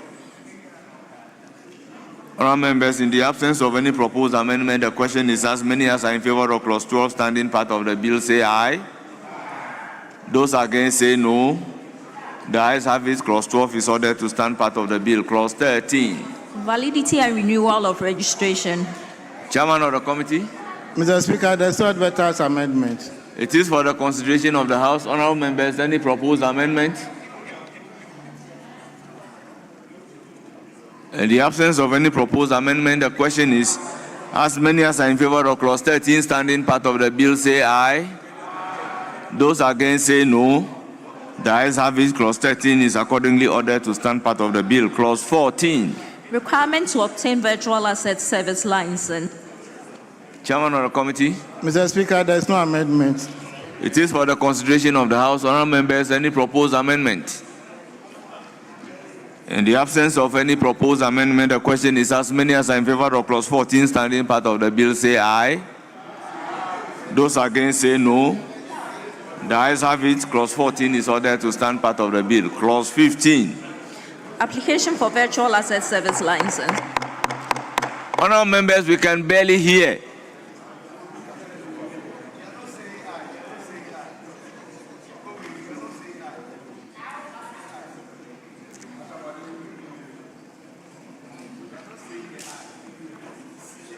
Clause 15.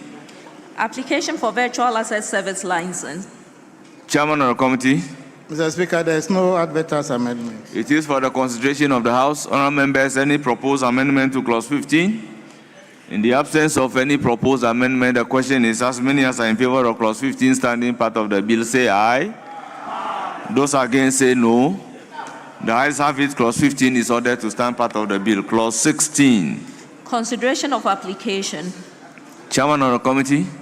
Mr. Speaker, there is no amendment from the committee. It is for the consideration of the House. Honourable members, any proposed amendment to clause 16?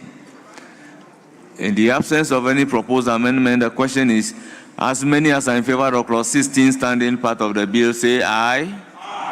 Those against say no. Clause 16 is ordered to stand part of the bill. Clause 17. Grant of application. Chairman of the committee.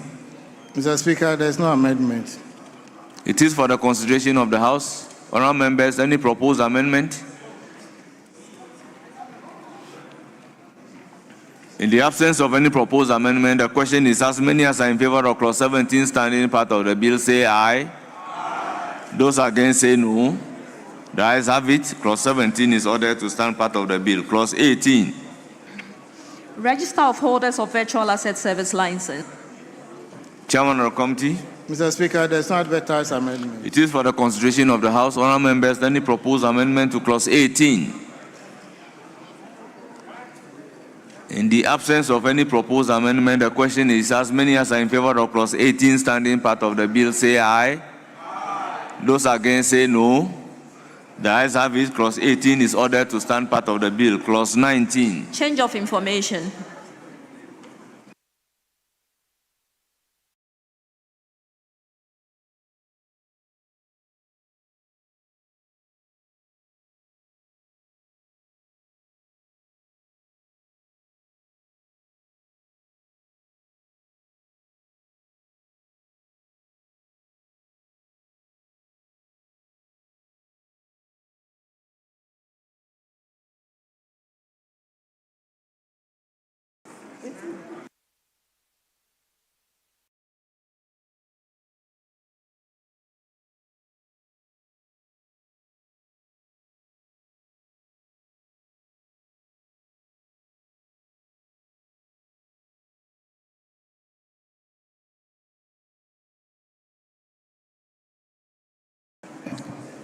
Yes, Chairman of the committee, any proposed amendment to clause 19?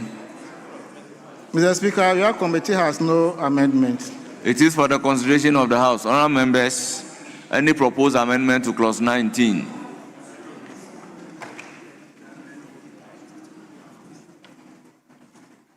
Honourable members, in the absence of any proposed amendment to clause 19, the question is as many as are in favor of clause 19 standing part of the bill say aye. Those against say no. The ayes have it. Clause 19 is ordered to stand part of the bill. I will direct the drafters to check the heading of clause 11 and 19. Clause 20. Validity and renewal of virtual asset service license. Chairman of the committee. Mr. Speaker, there is no advertised amendment. It is for the consideration of the House. Honourable members, any proposed amendments? In the absence of any proposed amendment, the question is as many as are in favor of clause 20 standing part of the bill say aye. Those against say no. The ayes have it. Clause 20 is ordered to stand part of the bill. Clause 21. Registered office. Chairman of the committee. Mr. Speaker, your committee has no amendment. It is for the consideration of the House. Honourable members, any proposed amendment? In the absence of any proposed amendment, the question is as many as are in favor of clause 21 standing part of the bill say aye. Those against say no. The ayes have it. Clause 21 is ordered to stand part of the bill. Clause 22. Notice of activities. Chairman of the committee. Mr. Speaker, there is no amendment. It is for the consideration of the House. Honourable members, any proposed amendment? Honourable members, in the absence of any proposed amendment, the question is as many as are in favour of clause 22 standing part of the bill, say aye. Aye. Those against say no. The ayes have it. Clause 22 is ordered to stand part of the bill. Clause 23. Directors. Chairman of the committee. Mr. Speaker, there is no advertised amendment. It is for the consideration of the House. Honourable members, any proposed amendment? Honourable members, in the absence of any amendment to clause 23, the question is as many as are in favour of clause 23 standing part of the bill, say aye. Aye. Those against say no. The ayes have it. Clause 23 is ordered to stand part of the bill. Clause 24. Qualification of senior officers, trustees, beneficial owners and shareholders. Chairman of the committee. Mr. Speaker, there is no advertised amendment. It is for the consideration of the House. Honourable members, any proposed amendment? In the absence of any proposed amendment, the question is as many as are in favour of clause 24 standing part of the bill, say aye. Aye. Those against say no. The ayes have it. Clause 24 is ordered to stand part of the bill. Clause 25. Appointment of senior officers and trustees. Chairman of the committee. Mr. Speaker, your committee has no amendment. It is for the consideration of the House. Honourable members, any proposed amendment to clause 25? Honourable members, in the absence of any amendment to clause 25, the question is as many as are in favour of clause 25 standing part of the bill, say aye. Aye. Those against say no. The ayes have it. Clause 25 is ordered to stand part of the bill.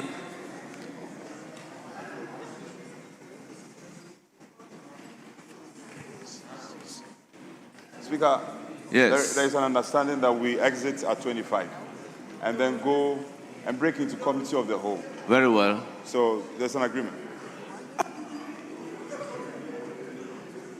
Yes, yeah, Mr. Majority Speaker, Leader. Yeah, there is an agreement, so. Yes. Speaker, indeed, we had agreed that we'll do up to clause 25, then we would abandon consideration, and then go and do whole committee of the whole, then we'll come back and continue. So that's agreement. Very well. So, meanwhile, this will bring us temporarily to the end of consideration stage.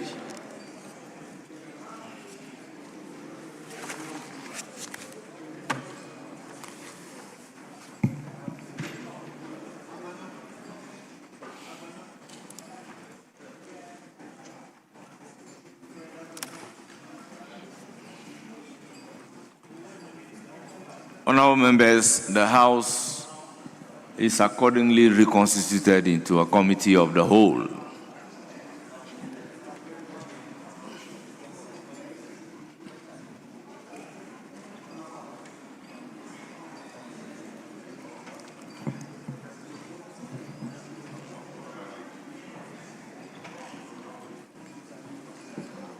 He said we should dispatch this.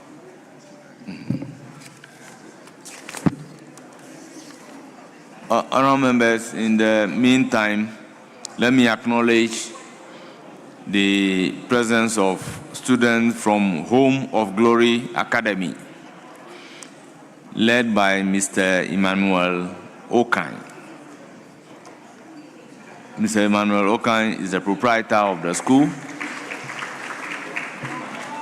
They are from Obum Domiabra. They numbered 74.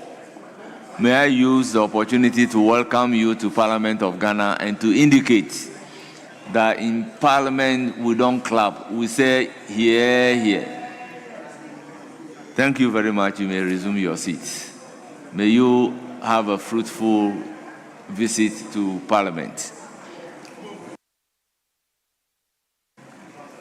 So, having constituted the House into committee of the whole, we may call on the Marshal to make sure that the gallery is cleared.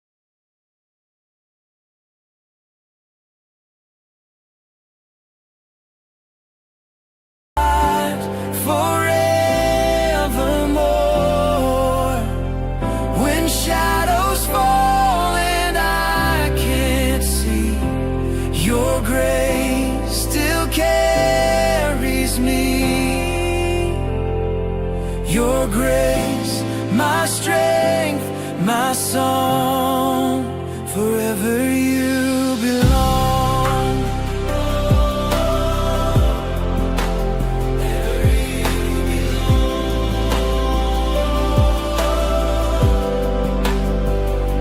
When the waves rise high and wild, you still call me peace, my child. Not by striving, not by might, but by grace that shines through night. Every wound becomes a door where your love does even more. Your grace, my strength, my hope restore, my heart revive forevermore. When shadows fall and I can't see, your grace still carries me. Your grace, my strength, my song, forever you belong. Grace that found me in my fall, grace that answers every call. When I'm weak, your power stands, holding me in nail-scarred hands. Your grace, my strength, my all in all. I'll rise again when I hear you call. No fear remains, no shame to flee. Your grace still carries me. Your grace, my strength, my song, forever you belong. Your grace is enough for me.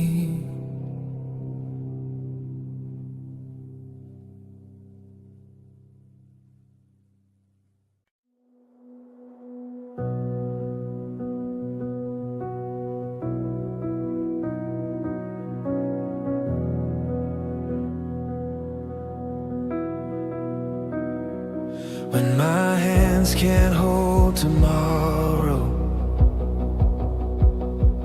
when my heart runs out of song,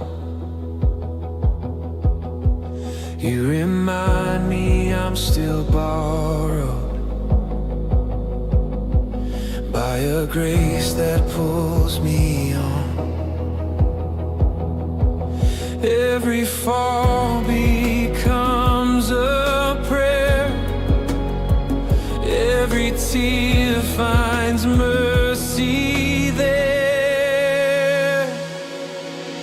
Grace that lifts me again when I'm broken and undone. Grace that whispers my name when I feel I've lost the sun.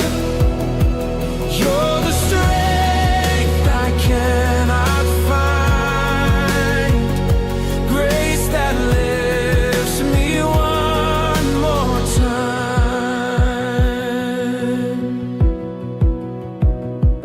When my dreams fade into dust, you rebuild my soul with trust. Every failure, every fight becomes a spark of holy light. When I'm weak, you still reach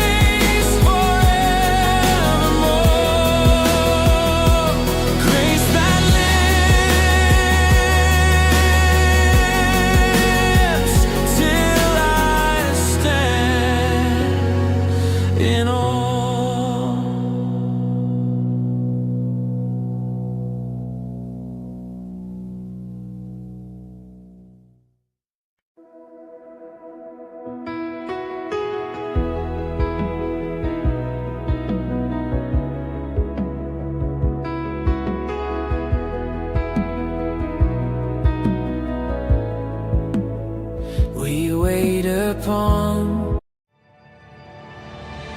You may have challenges that look bigger, stronger. In the natural, you don't have a chance. Don't be intimidated. The forces that are for you are greater than the forces that are against you.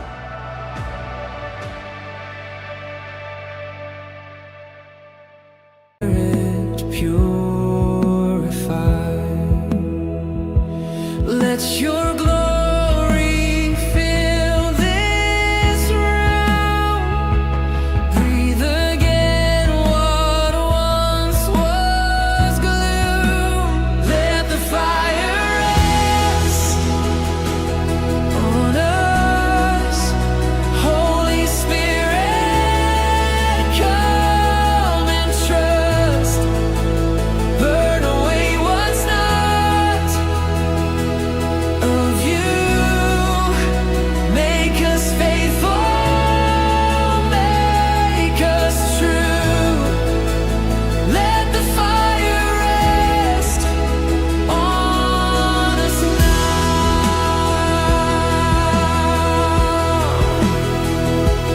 Echoes rise from silent hearts.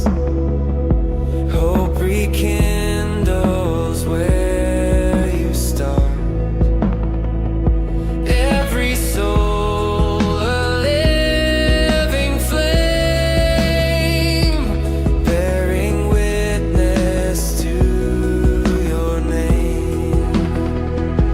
Let your kingdom now descend till revival knows no end. Let the fire rest on us. Holy Spirit, come and trust. Burn away what's not of you. Make us faithful, make us true. Let the fire rest us now. Come like dawn that splits the dark. Seal our hearts, ignite the spark. From the ashes, voices rise. Your glory lights the skies. Let the fire rest on us till the nations burn with trust. Every heart, every tongue sing salvation song begun. Let the fire rest on us now.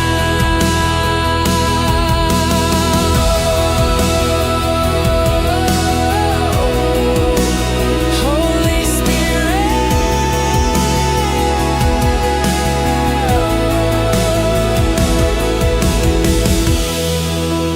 dwell forever.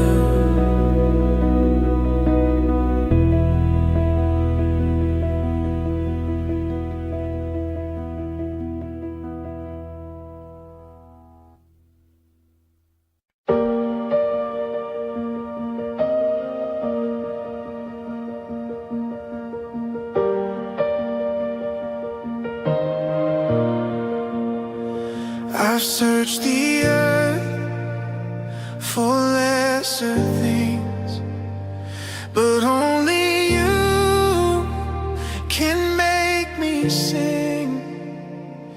Every joy and every pain finds its rhythm in your name.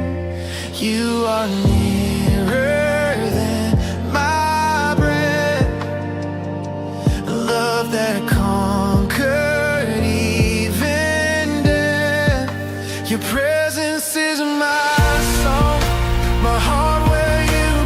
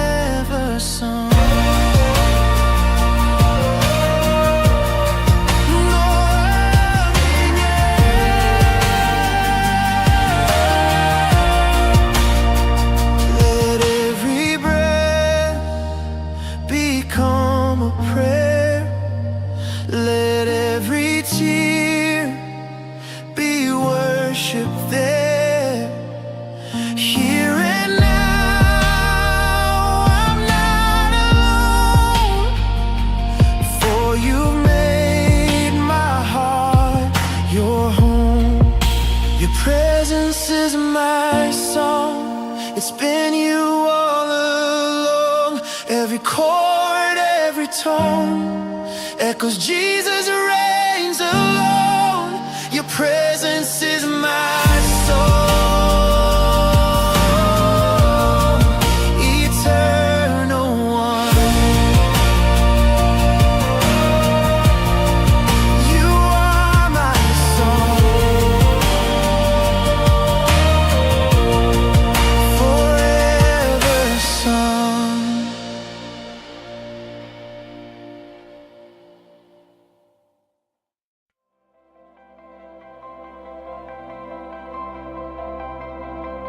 In the quiet, you are near. Whisper mercy in my ear. Every shadow, every fear melts away, for you are here. I am still, I am known in your presence, not alone.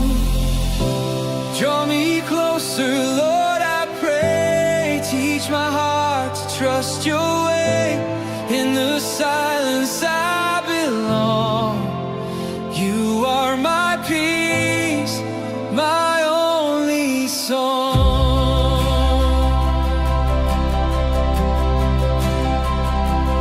When the world fades into night, you are still my guiding light. All I hold, I lay it down. Crown of worry, trading crown. Take my striving, take my pain. Let your spirit breathe again. Draw me closer, Lord, I pray. Teach my heart to trust your way. In the silence I belong. You are my peace, my only song. Oh, I hear you call through gentle rain. Child, be still, I'll heal your pain. You lift my eyes, you hold my days. Forever I will sing your praise. I hear you call through gentle rain. Shall be still, I'll heal your pain. You lift my eyes, you hold my days. Forever I will sing your praise. Draw me closer, Lord, I pray. Let my soul in stillness stay. Every heartbeat sings alone. You are my peace, my endless song.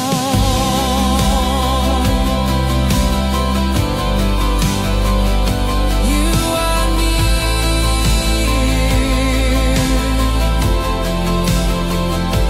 You are near.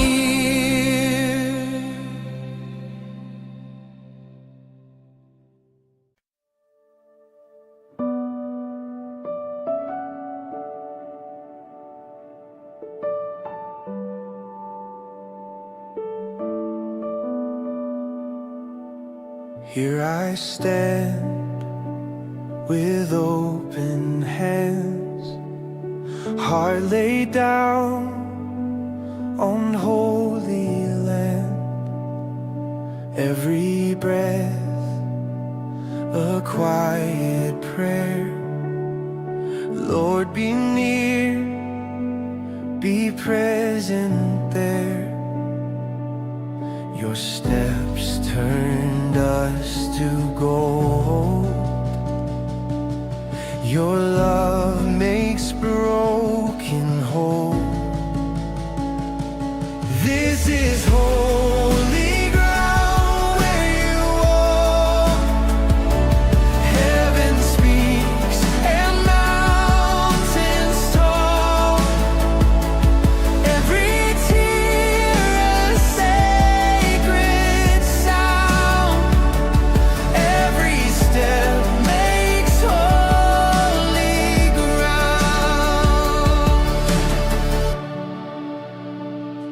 Fear dissolves beneath your gaze. Every failure meets your grace. You write mercy on my days, calling me to deeper praise. Your truth refines my soul. Your touch restores my goal. This is holy ground where you walk. Heaven speaks and mountains talk. Every tear a sacred sound. Every step makes holy ground. Fall, oh fire of love divine, cleanse this heart and make it shine. Every burden lay it down. Where you are, this holy ground. This is holy ground where you walk. Chains will break and hearts unlock. Every cry becomes a song for your glory all along. This is holy ground, forever found. Where you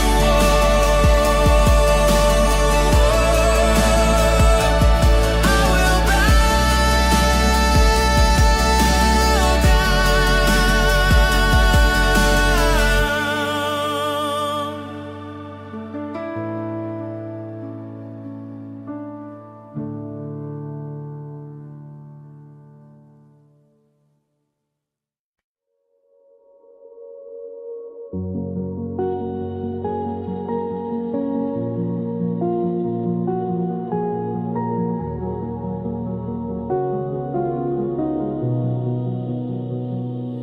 in the hush before the dawn, when all my strength feels almost gone,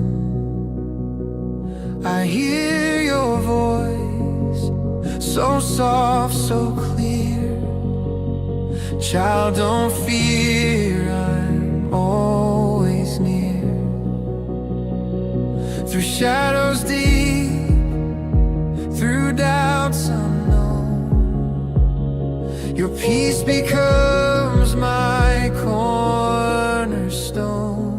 You lead me through the silence,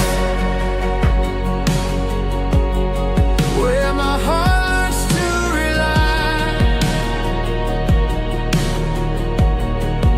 When I can't see tomorrow, you still teach me how to fly. You lead me through the silence,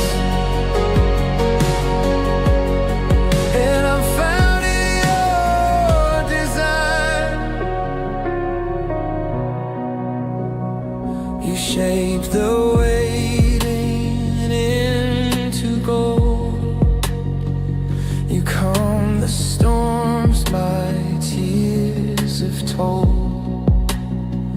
What I can't fix, you make complete. Where I am weak, you intercede. Your mercy writes the broken song and turns my fears to faith so strong. You lead me through the silence where my heart learns to rely. Hey, Marty, how you doing, man? I'm on a new level. I have a purpose. And with that obligation comes sacrifice.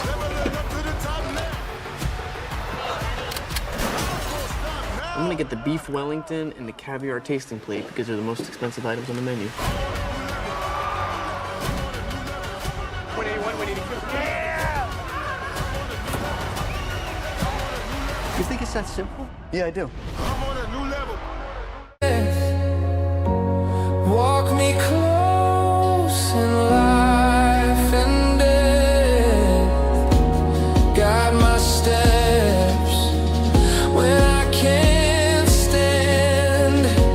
Hold me steady in your hand.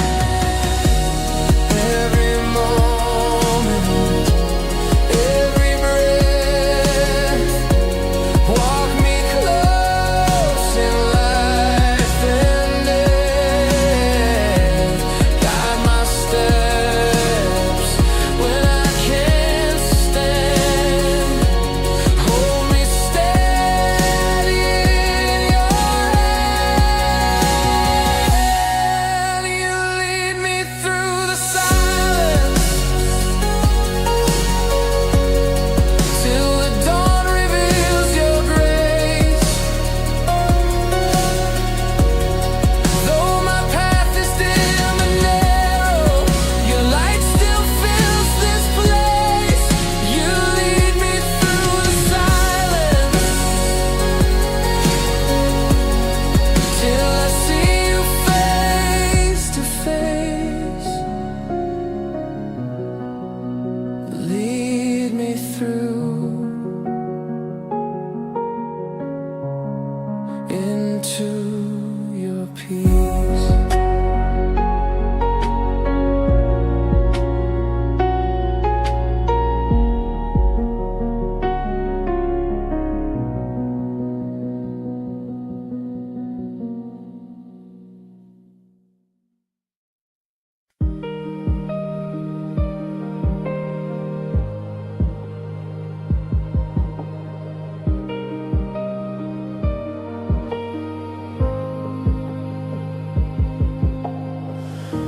The morning breaks the path unknown, yet I will walk but not alone. You trace the map my heart can't see. Every mile you go with me.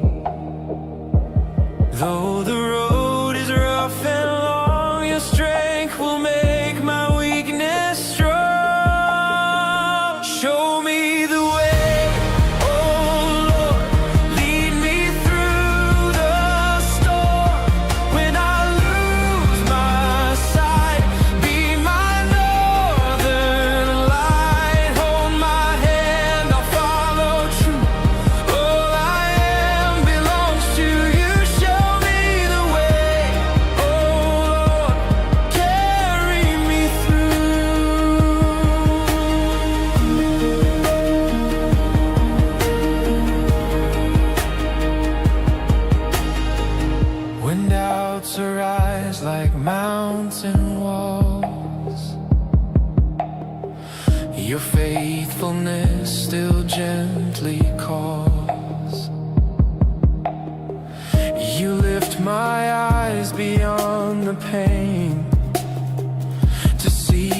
joy that will remain. When my steps begin to fail, your mercy writes a different tale. Show me the way, oh Lord, lead me through the storm. When I lose my sight, be my northern light. Hold my hand, I'll follow true. All I am belongs to you. Show me the way, oh Lord, carry me through. When the night feels endless wide, let your word my soul's guide. Every breath I'll trust and stay, for your truth lights my way. Show me the way, oh Lord, till the day I see your shore. Lead me home through grace and light. In your arms, all is right. Show me the way, oh,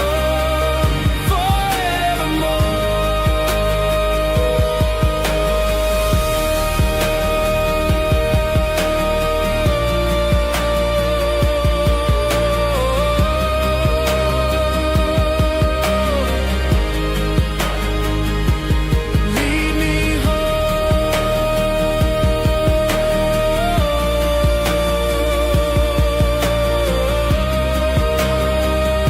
to you, my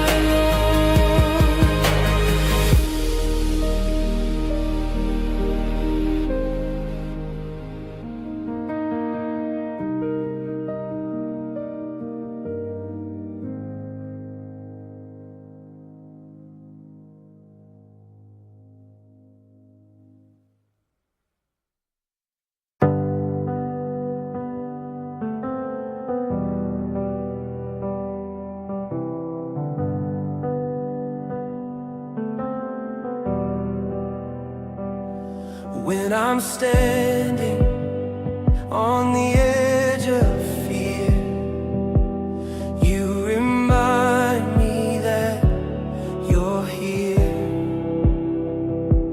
Not by courage, not by pride, but by grace you're by my side. In the breaking, in the pain, you breathe hope again.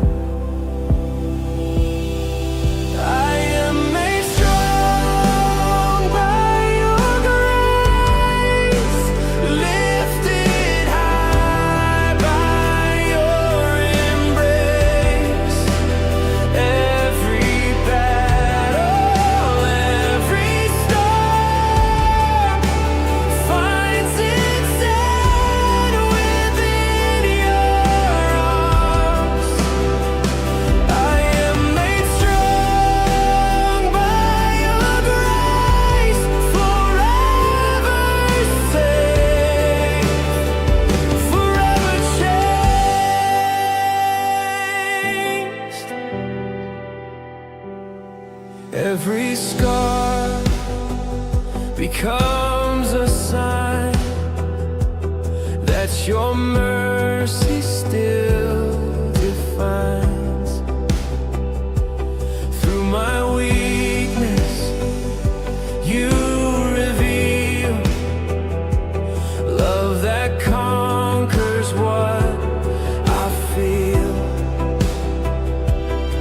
In the valley, I still sing, strength renewed by heaven's King. I am made strong by your grace, lifted high by your embrace. Every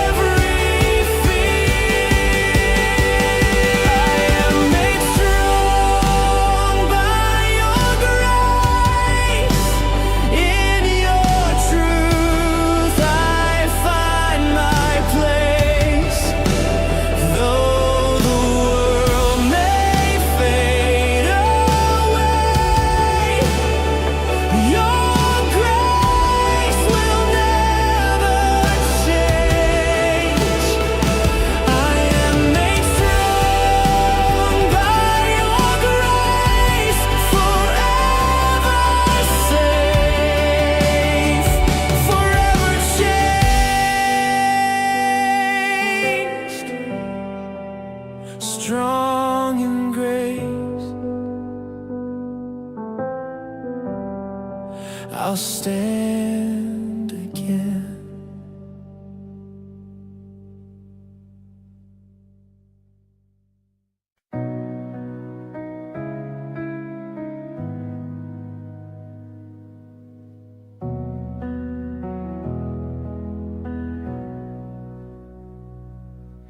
When I can't see beyond today, your word becomes my faithful way. Through every turn, through doubt and fear, your whisper says I'm always near. You go before I walk behind.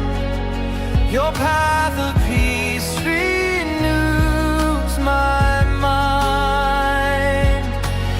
Light before my steps, guide me where you've gone. Even in the dark, your truth keeps shining on. Lead me, Lord, I'll follow still. Teach my heart to trust your will. Light before my steps, forever in.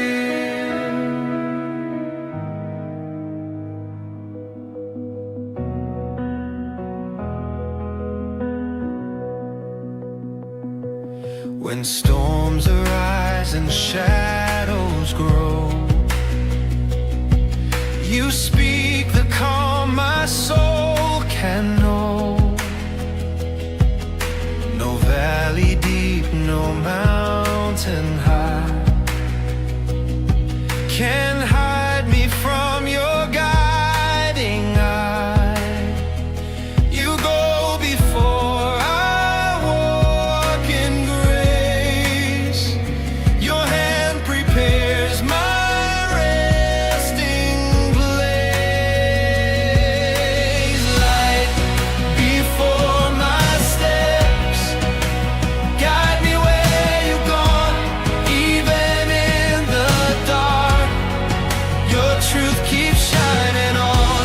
Lead me, Lord, I'll follow still.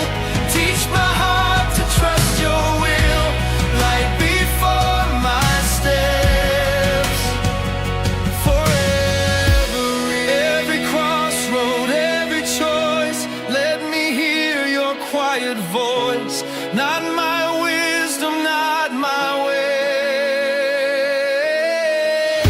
but where you lead, there I'll stay.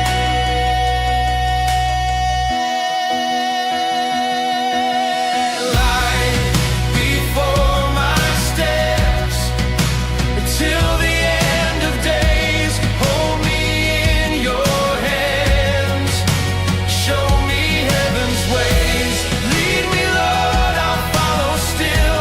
Teach my heart to trust your will. Light before my steps, forever in. My way home.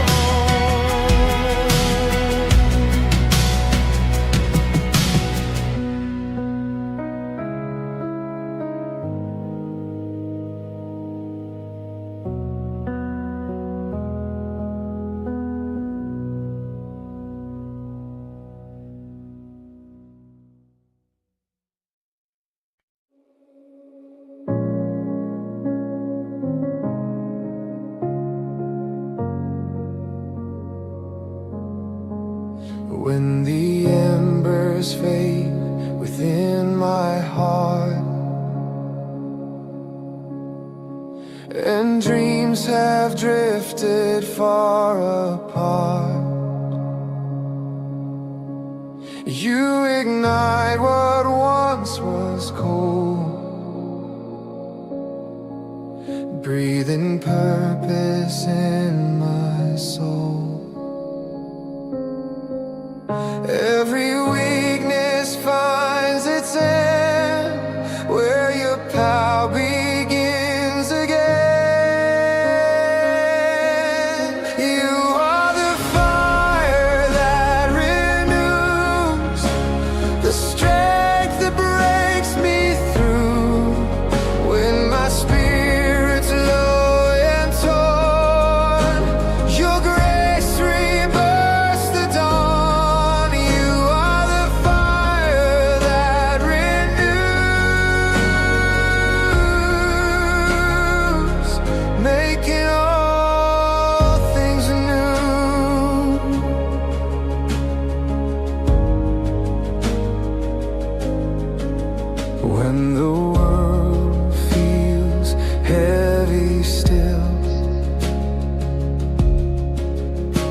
and I can't trust my trembling will. You remind me who I am, child of mercy, loved of Lamb. Every burden bows to you, every chain you make brand new. You are the fire that renews, the strength that breaks me through. When my spirit's low and torn, your grace rebirths the dawn. You are the fire that renews, making all things new.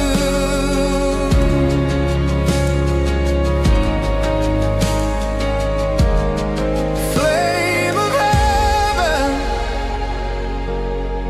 burn inside. Brand kits and pre-populated brand templates allow for fast content creation and remove the risk of going off-brand. We can freely customize headlines for the correct market, swap in local product images, and add regional content without breaking compliance. Through the tears, you have conquered all my years. You are the fire that renews. My heart belongs to you. From broken ground you grow again. Life eternal in your name. You are the fire that renews,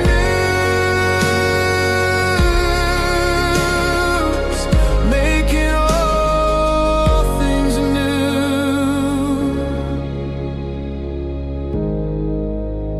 Your fire lives in me.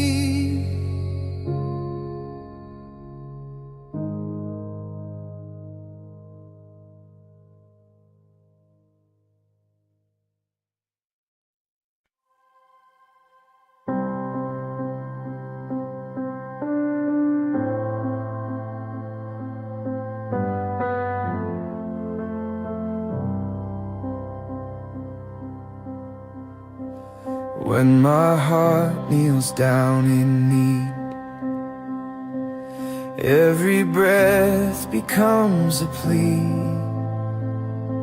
Words run dry, but grace still speaks. You draw near, my soul you keep. You see the ache beneath my prayer. You meet me gently, you are there. Let your mercy pour like light, break the silence of my night. Not my will, but yours alone, shape this stone.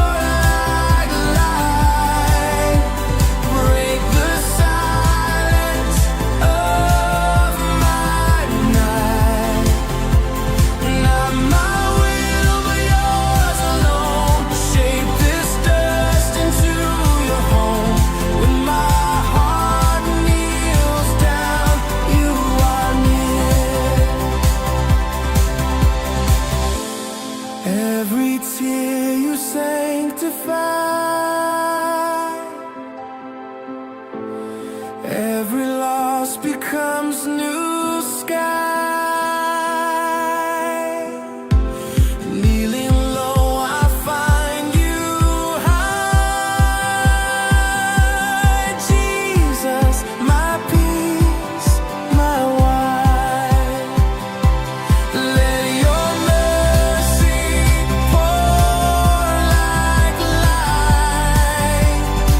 Every wrong be turned to right. Not my will, but yours be done. Till earth and heaven are one. When my heart kneels down, you are near. You are near, forever near.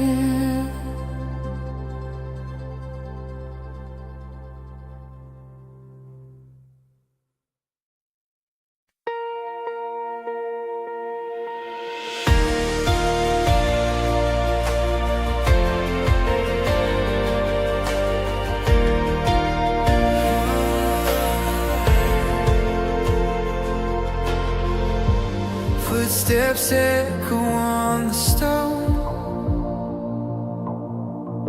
Saints once feared, now standing on. Mercy drew them from the grave and shouting loud the name that saves. Hearts ignite with holy flame at the mention of your name. The anthem of one name we sing. Jesus Christ, our risen King. No other hope, no other claim. Life eternal in your name. The anthem of one name. We praise you. Every burden bruised and bent breaks beneath your covenant. Sin retreats and shame departs. You sow wholeness through our hearts. Every wall begins to fall when your people start to call. The anthem of one name we sing.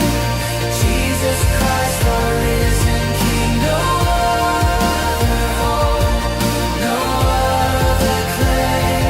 Life eternal in your name. The anthem of one name. We praise you. Only one name heals the break. Only one name saves away. Only one name storms obey. Jesus Christ, forever stand. The anthem of one name we sing. Earth and heaven trembling. Every knee will bow in awe. Every tongue confess your law. The anthem of one name forever praise.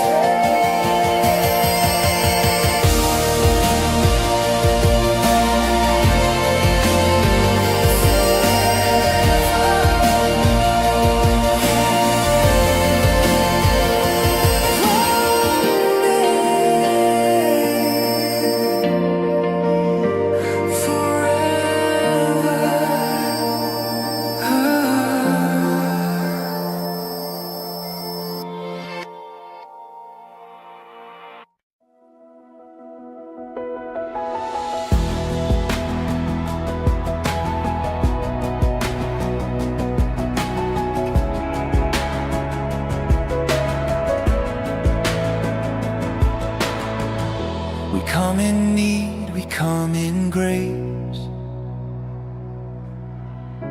Hearts laid bare before your face. Nothing hidden, nothing known. You are God and you alone.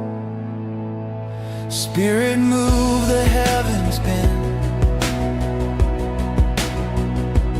Let your mercy find again.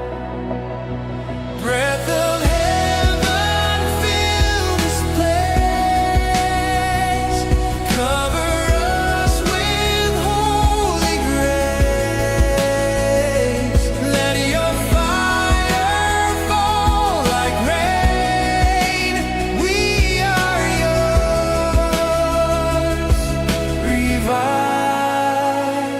again.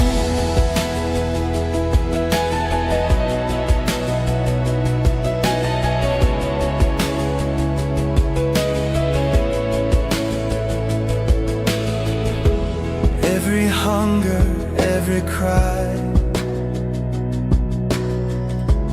finds its home where you draw nigh. Chains are broken, hearts made new.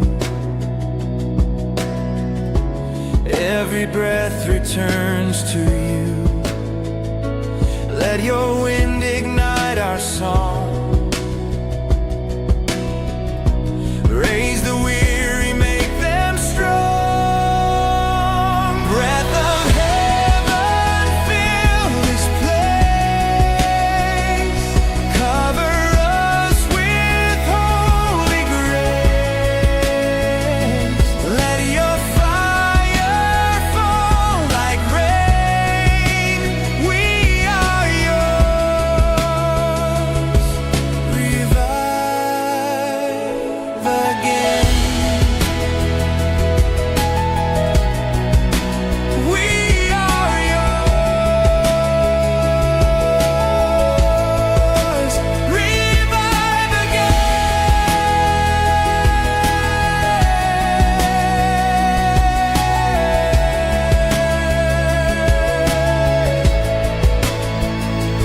Come awaken what's been lost. Let the cross reclaim the cost. Touch this heart of trembling clay. Shape it, Lord, your will and way. Breath of heaven, fill this place. Make it holy ground today.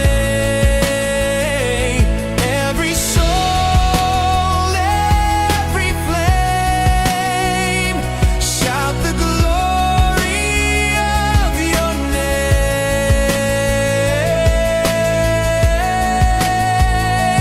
Holy Spirit,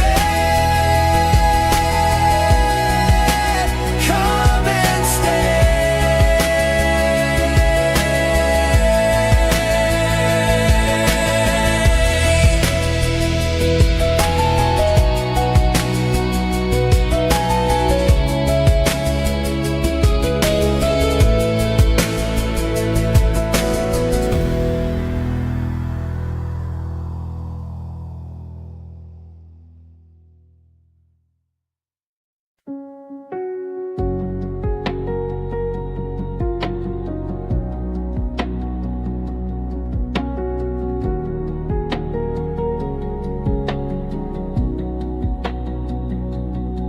when my strength fades away like rain on glass,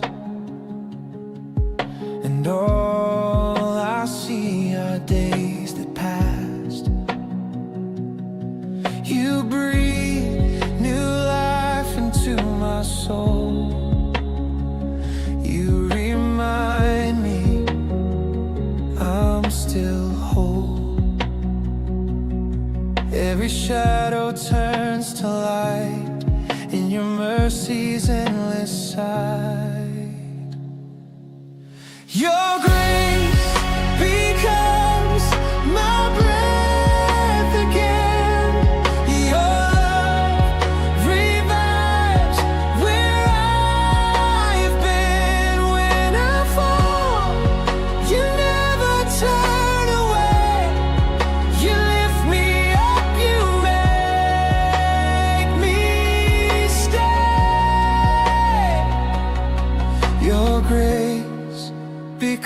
my strength today.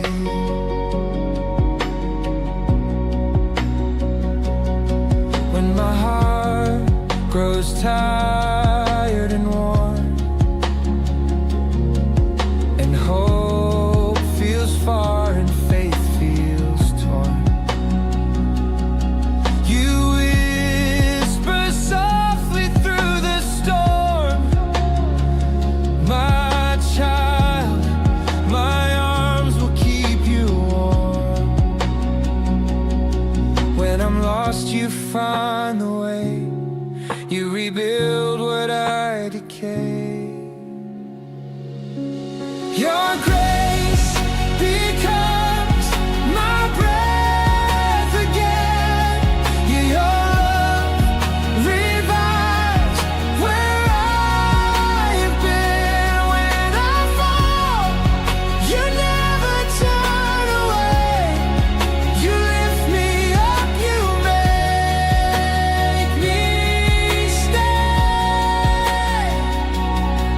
Your grace becomes my strength today.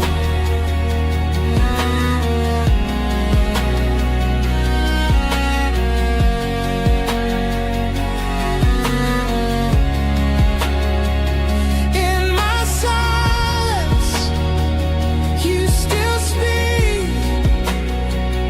In my trembling, you make me meek. Through my weakness, you remain. Grace unending still sustains. Your grace becomes my breath again. Your truth restores what broke within. No more fear, no more delay. Your grace renews my heart today. Your grace, my strength today. Even now your grace remains.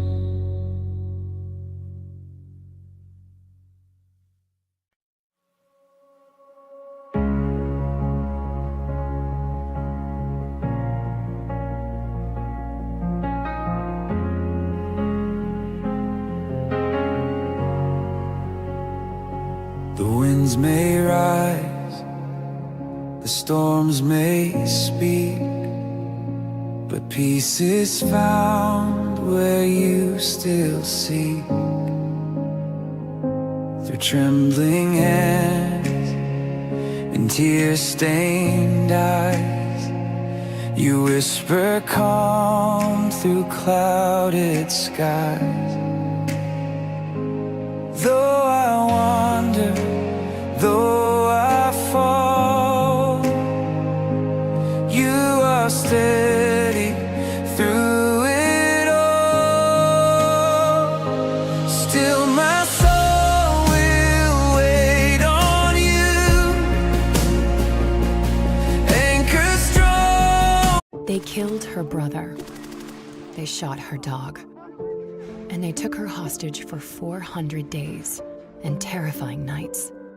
They raped her. They put guns to her head. They starved her. These are the stories of Israeli women attacked by Hamas. If you are supporting Hamas and radicalized Palestinians, this is what you are supporting. Choose freedom, not terror.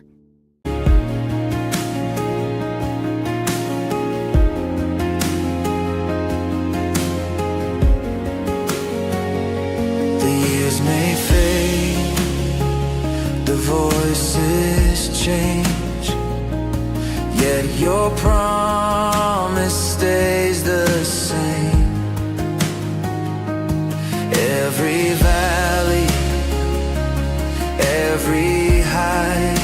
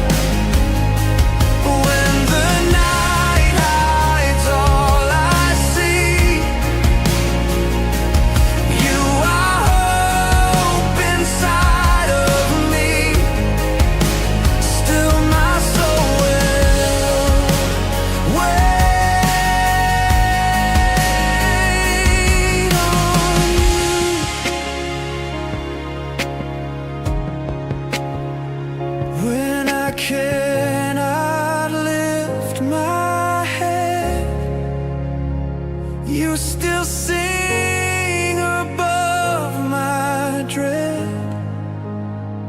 Grace remembers what I've lost, carved my name upon the cross. Still my soul will wait on you till the dawn breaks clear and new. Every trial, every pain proves your mercy still remains. Still my soul will wait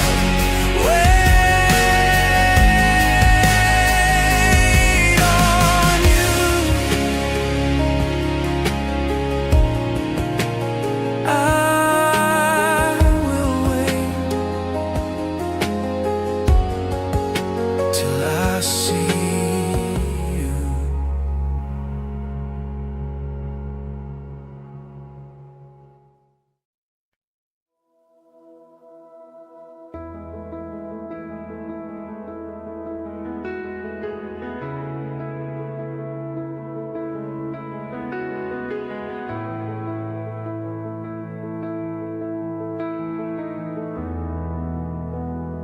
Kingdoms rise and kingdoms fall, empires echo down the hall, but your throne can't be undone, set forever by the sun.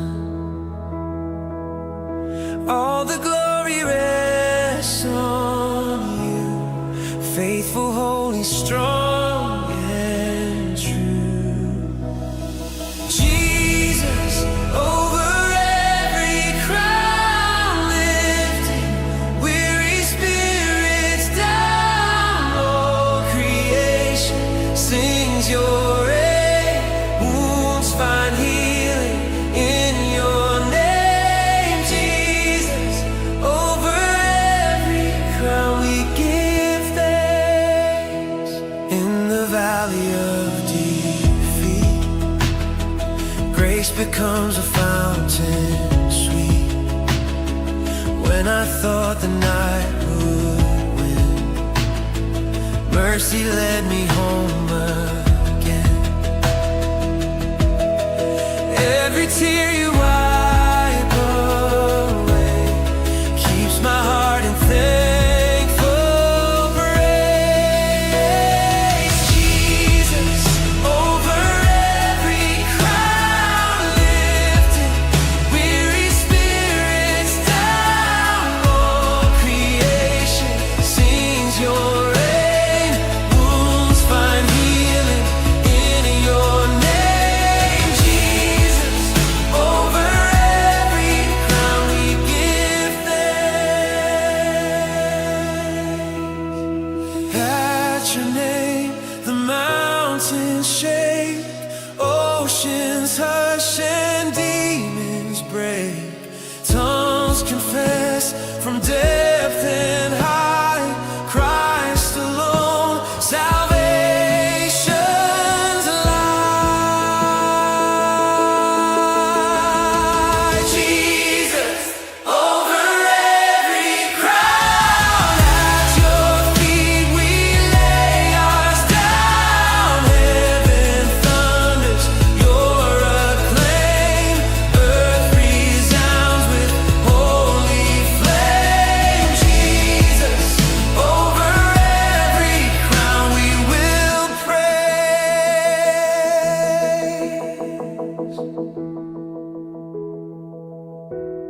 Forever King,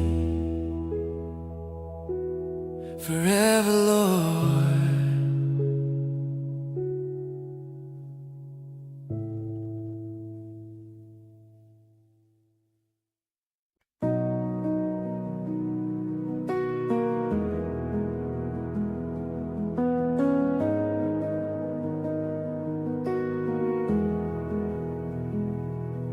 When I reach the end of trying and my heart begins to break,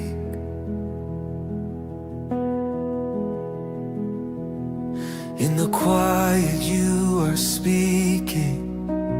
Rest, my child, I'll make a way. Your peace fills the hallowed ground where my striving can't be found. You are the strength in my stillness, the calm when I can't see through. You are the song in my silence, the breath that carries me to you. When I'm weak, I will confess, you are my strength, my rest.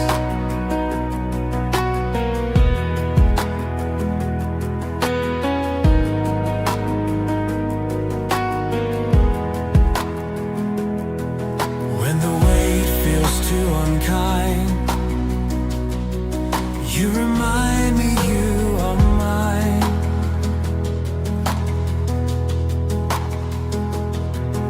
Every burden, every sigh becomes worship lifted high.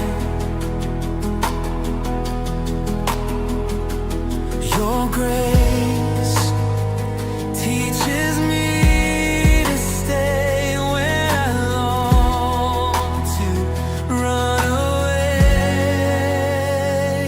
You are the strength in my stillness, the calm when I can't see through. You are the song in my silence, the breath that carries me to you. When I'm weak, I will confess, you are my strength, my rest. In surrender, I find peace. In your shadow, I'm released, not by might nor by plan, but by grace I stand again.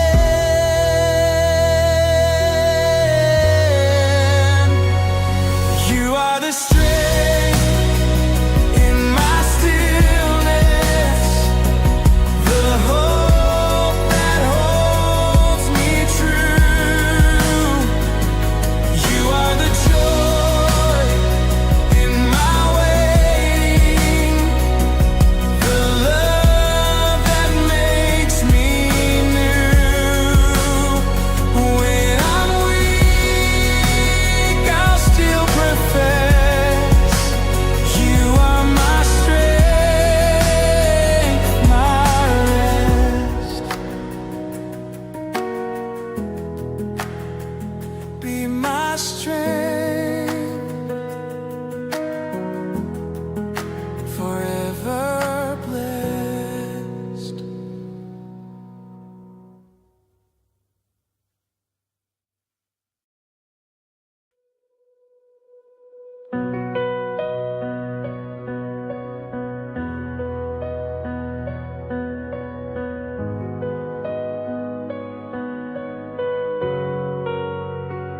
In quiet rooms where shadows fade, your light begins its holy trade. Every burden, every scar finds its healing where you are. Here I am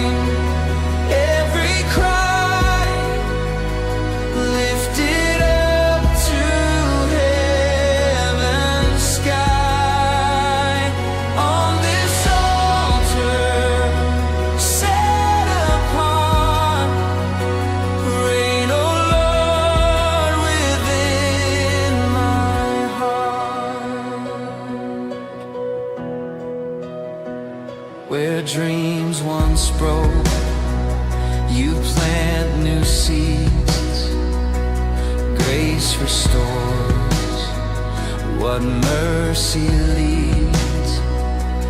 Ashes turn to songs of praise. Every loss now shines your grace. Here I stand undone, made new. All I am returns to you. On the altar of my heart, let your fire never part. Every longing, every cry, lifted up to heaven's sky. On this altar, set apart, reign, O Lord, within my heart. Breathe again, O Holy One. Make my heart and yours be one, till I live and move and be only what you've made in me.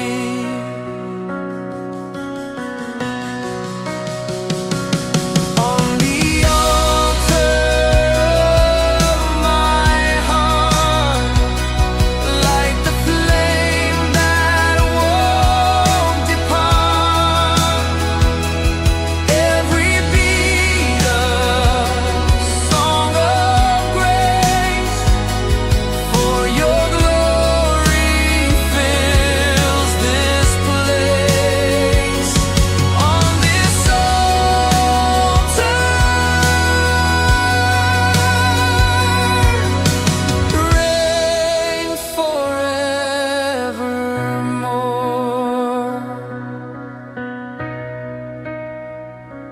Here I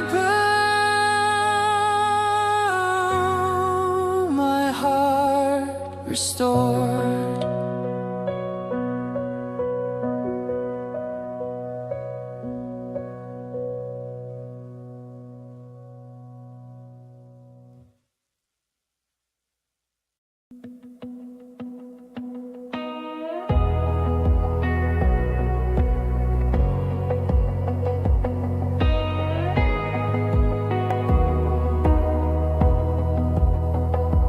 When the rivers rise and roads divide, still I walk where you abide.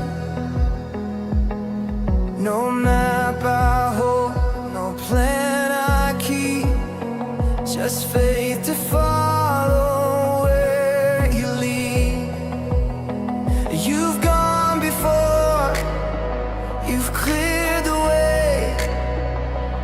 In your